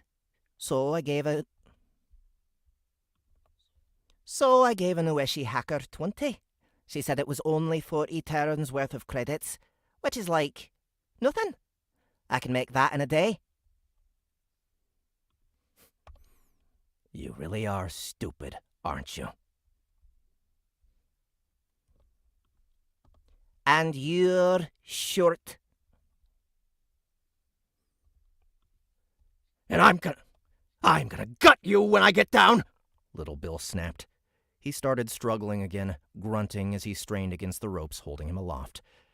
The dwarf was still struggling when the Ueshi returned with a cleaning crew of Tacky and Hebbet in casino staff uniforms. They began calmly collecting the corpses and clearing the ruined food from the table as the Ueshi continued to stride towards Little Bill with a darkness in his face. You know what? The Ueshi demanded. Since your friends here ruined my day, I'm giving you a choice, William. You're a numbers guy. That means you probably have a huge stack of credits sitting around somewhere. So, you can either call a friend to bring me 5 mil just for wasting my time, or you can be tonight's entertainment. If you can acquire the 5 mil, then I might let you work for me. If not, nobody needs a numbers guy walking around Kaleu anyway. I see you changed clothes. You soil your last ones, Ueshi. The casino owner blinked at the Baga, its blue head crest trembling. And you will be tonight's main show. I'll have them start with the legs first. I hear Ueshi shit blue, Rat noted thoughtfully to the Baga. That why you're wearing blue, big guy? Don't want it to show this time when you crap down your leg? The Ueshi started trembling all over. I don't care what Ropnol says, he said, his voice low and dangerous as he looked at Rat. You'll be on the rack tonight. You'll be on the rack tonight. You can try, Rat said, shrugging and looking at her blood-covered nails. Eyeing him over them, she said, and if you fail, it'll be the last mistake you ever make. The Ueshi jerked and trembled a bit more. You know, I think I just saw a turd leak down his leg. The Baga noted. Rat found herself starting to like the Baga. Come to think of it, I did hear something about Ueshi being incontinent past a certain weight category. Cut him down! The trembling Ueshi demanded of his staff. Bring him to me! I'll be in the spa.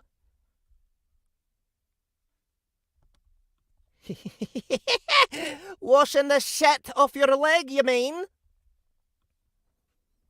The Ueshi spun on a heel. The Ueshi spun on his heel and hurried out, its tiny legs. The Ueshi spun on his heel and hurried out, his tiny legs moving faster than necessary. Be sure you change the water afterwards! It's so inconsiderate to leave it like that for others. It's so inconsiderate to leave it like that for others. Rat called after him. The Baga chimed in. Guys, stop antagonizing him, Little Bill cried. He's really gonna kill us! A Hebbet was unwinding the rope tied to the cleat against the wall to lower him down from the pulley. Hard to kill a Baga.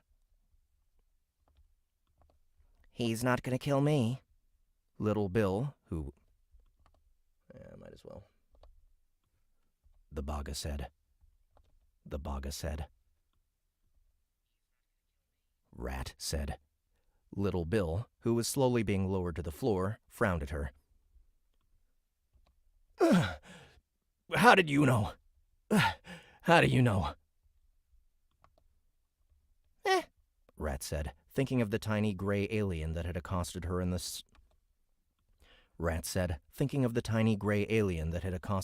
shuttle station on her way to Plan Ops. Gut feeling. Well, your gut feeling is gonna get us all killed, Little Bill grunted as his stubby legs found purchase on the floor, and he cried out as his arms came down. Stop antagonizing him. Work with him. He's got us in a bind here. We need to start compromising. Hey, can you give me your number? The Baga asked. Little Bill hesitated as the Hebbit untied him. Why? Next time I want advice from a spineless half-rod human, I'll call you. The Baga turned to Rat. He should be called Half-Rod. Little Bill let out a scream of rage and lunged, plowing his head into the crotch of the closest Hebbit and climbing over his falling... Little Bill let out a scream of rage and lunged, plowing his head into the crotch of the closest Hebbit and climbing over his falling body to get at the cage with the Baga in it. 4 Hebbit subdued him, and, struggling as they carried him away by his limbs, Little Bill screamed, You lost an entire career's worth of credits just to get our files, you stupid little cockroach! Hope it was worth it! He was still writhing in the 4 Hebbits' hands as they carried him from the room and pulled the door shut with a slam. In the hallway outside, they could hear Little Bill screaming in frustration. For a moment, the Baga stared at the closed door. Then he turned to give Rat a curious, bug-like look. Is that true? Rat winced. Yeah, pretty much. The Baga seemed to slump a little. Well, that sucks. Rat nodded in commiseration. Hope he remembers to deliver the message, the Baga said with an electronic sigh.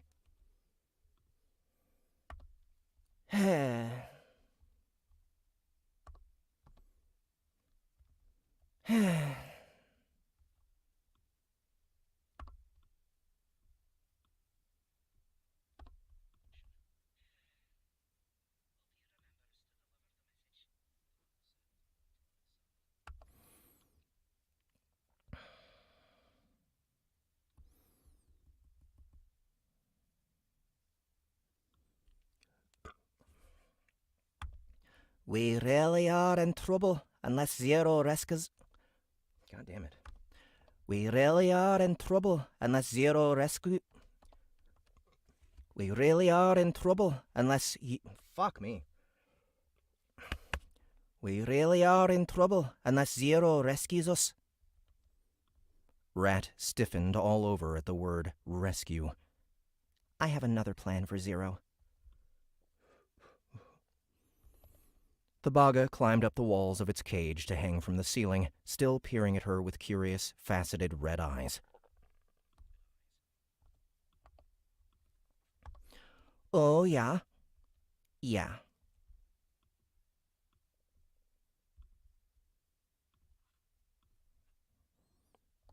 Rat said. She looked him over, considering. Can you keep a secret? Oh. Absolutely. The bag. Oh. Absolutely.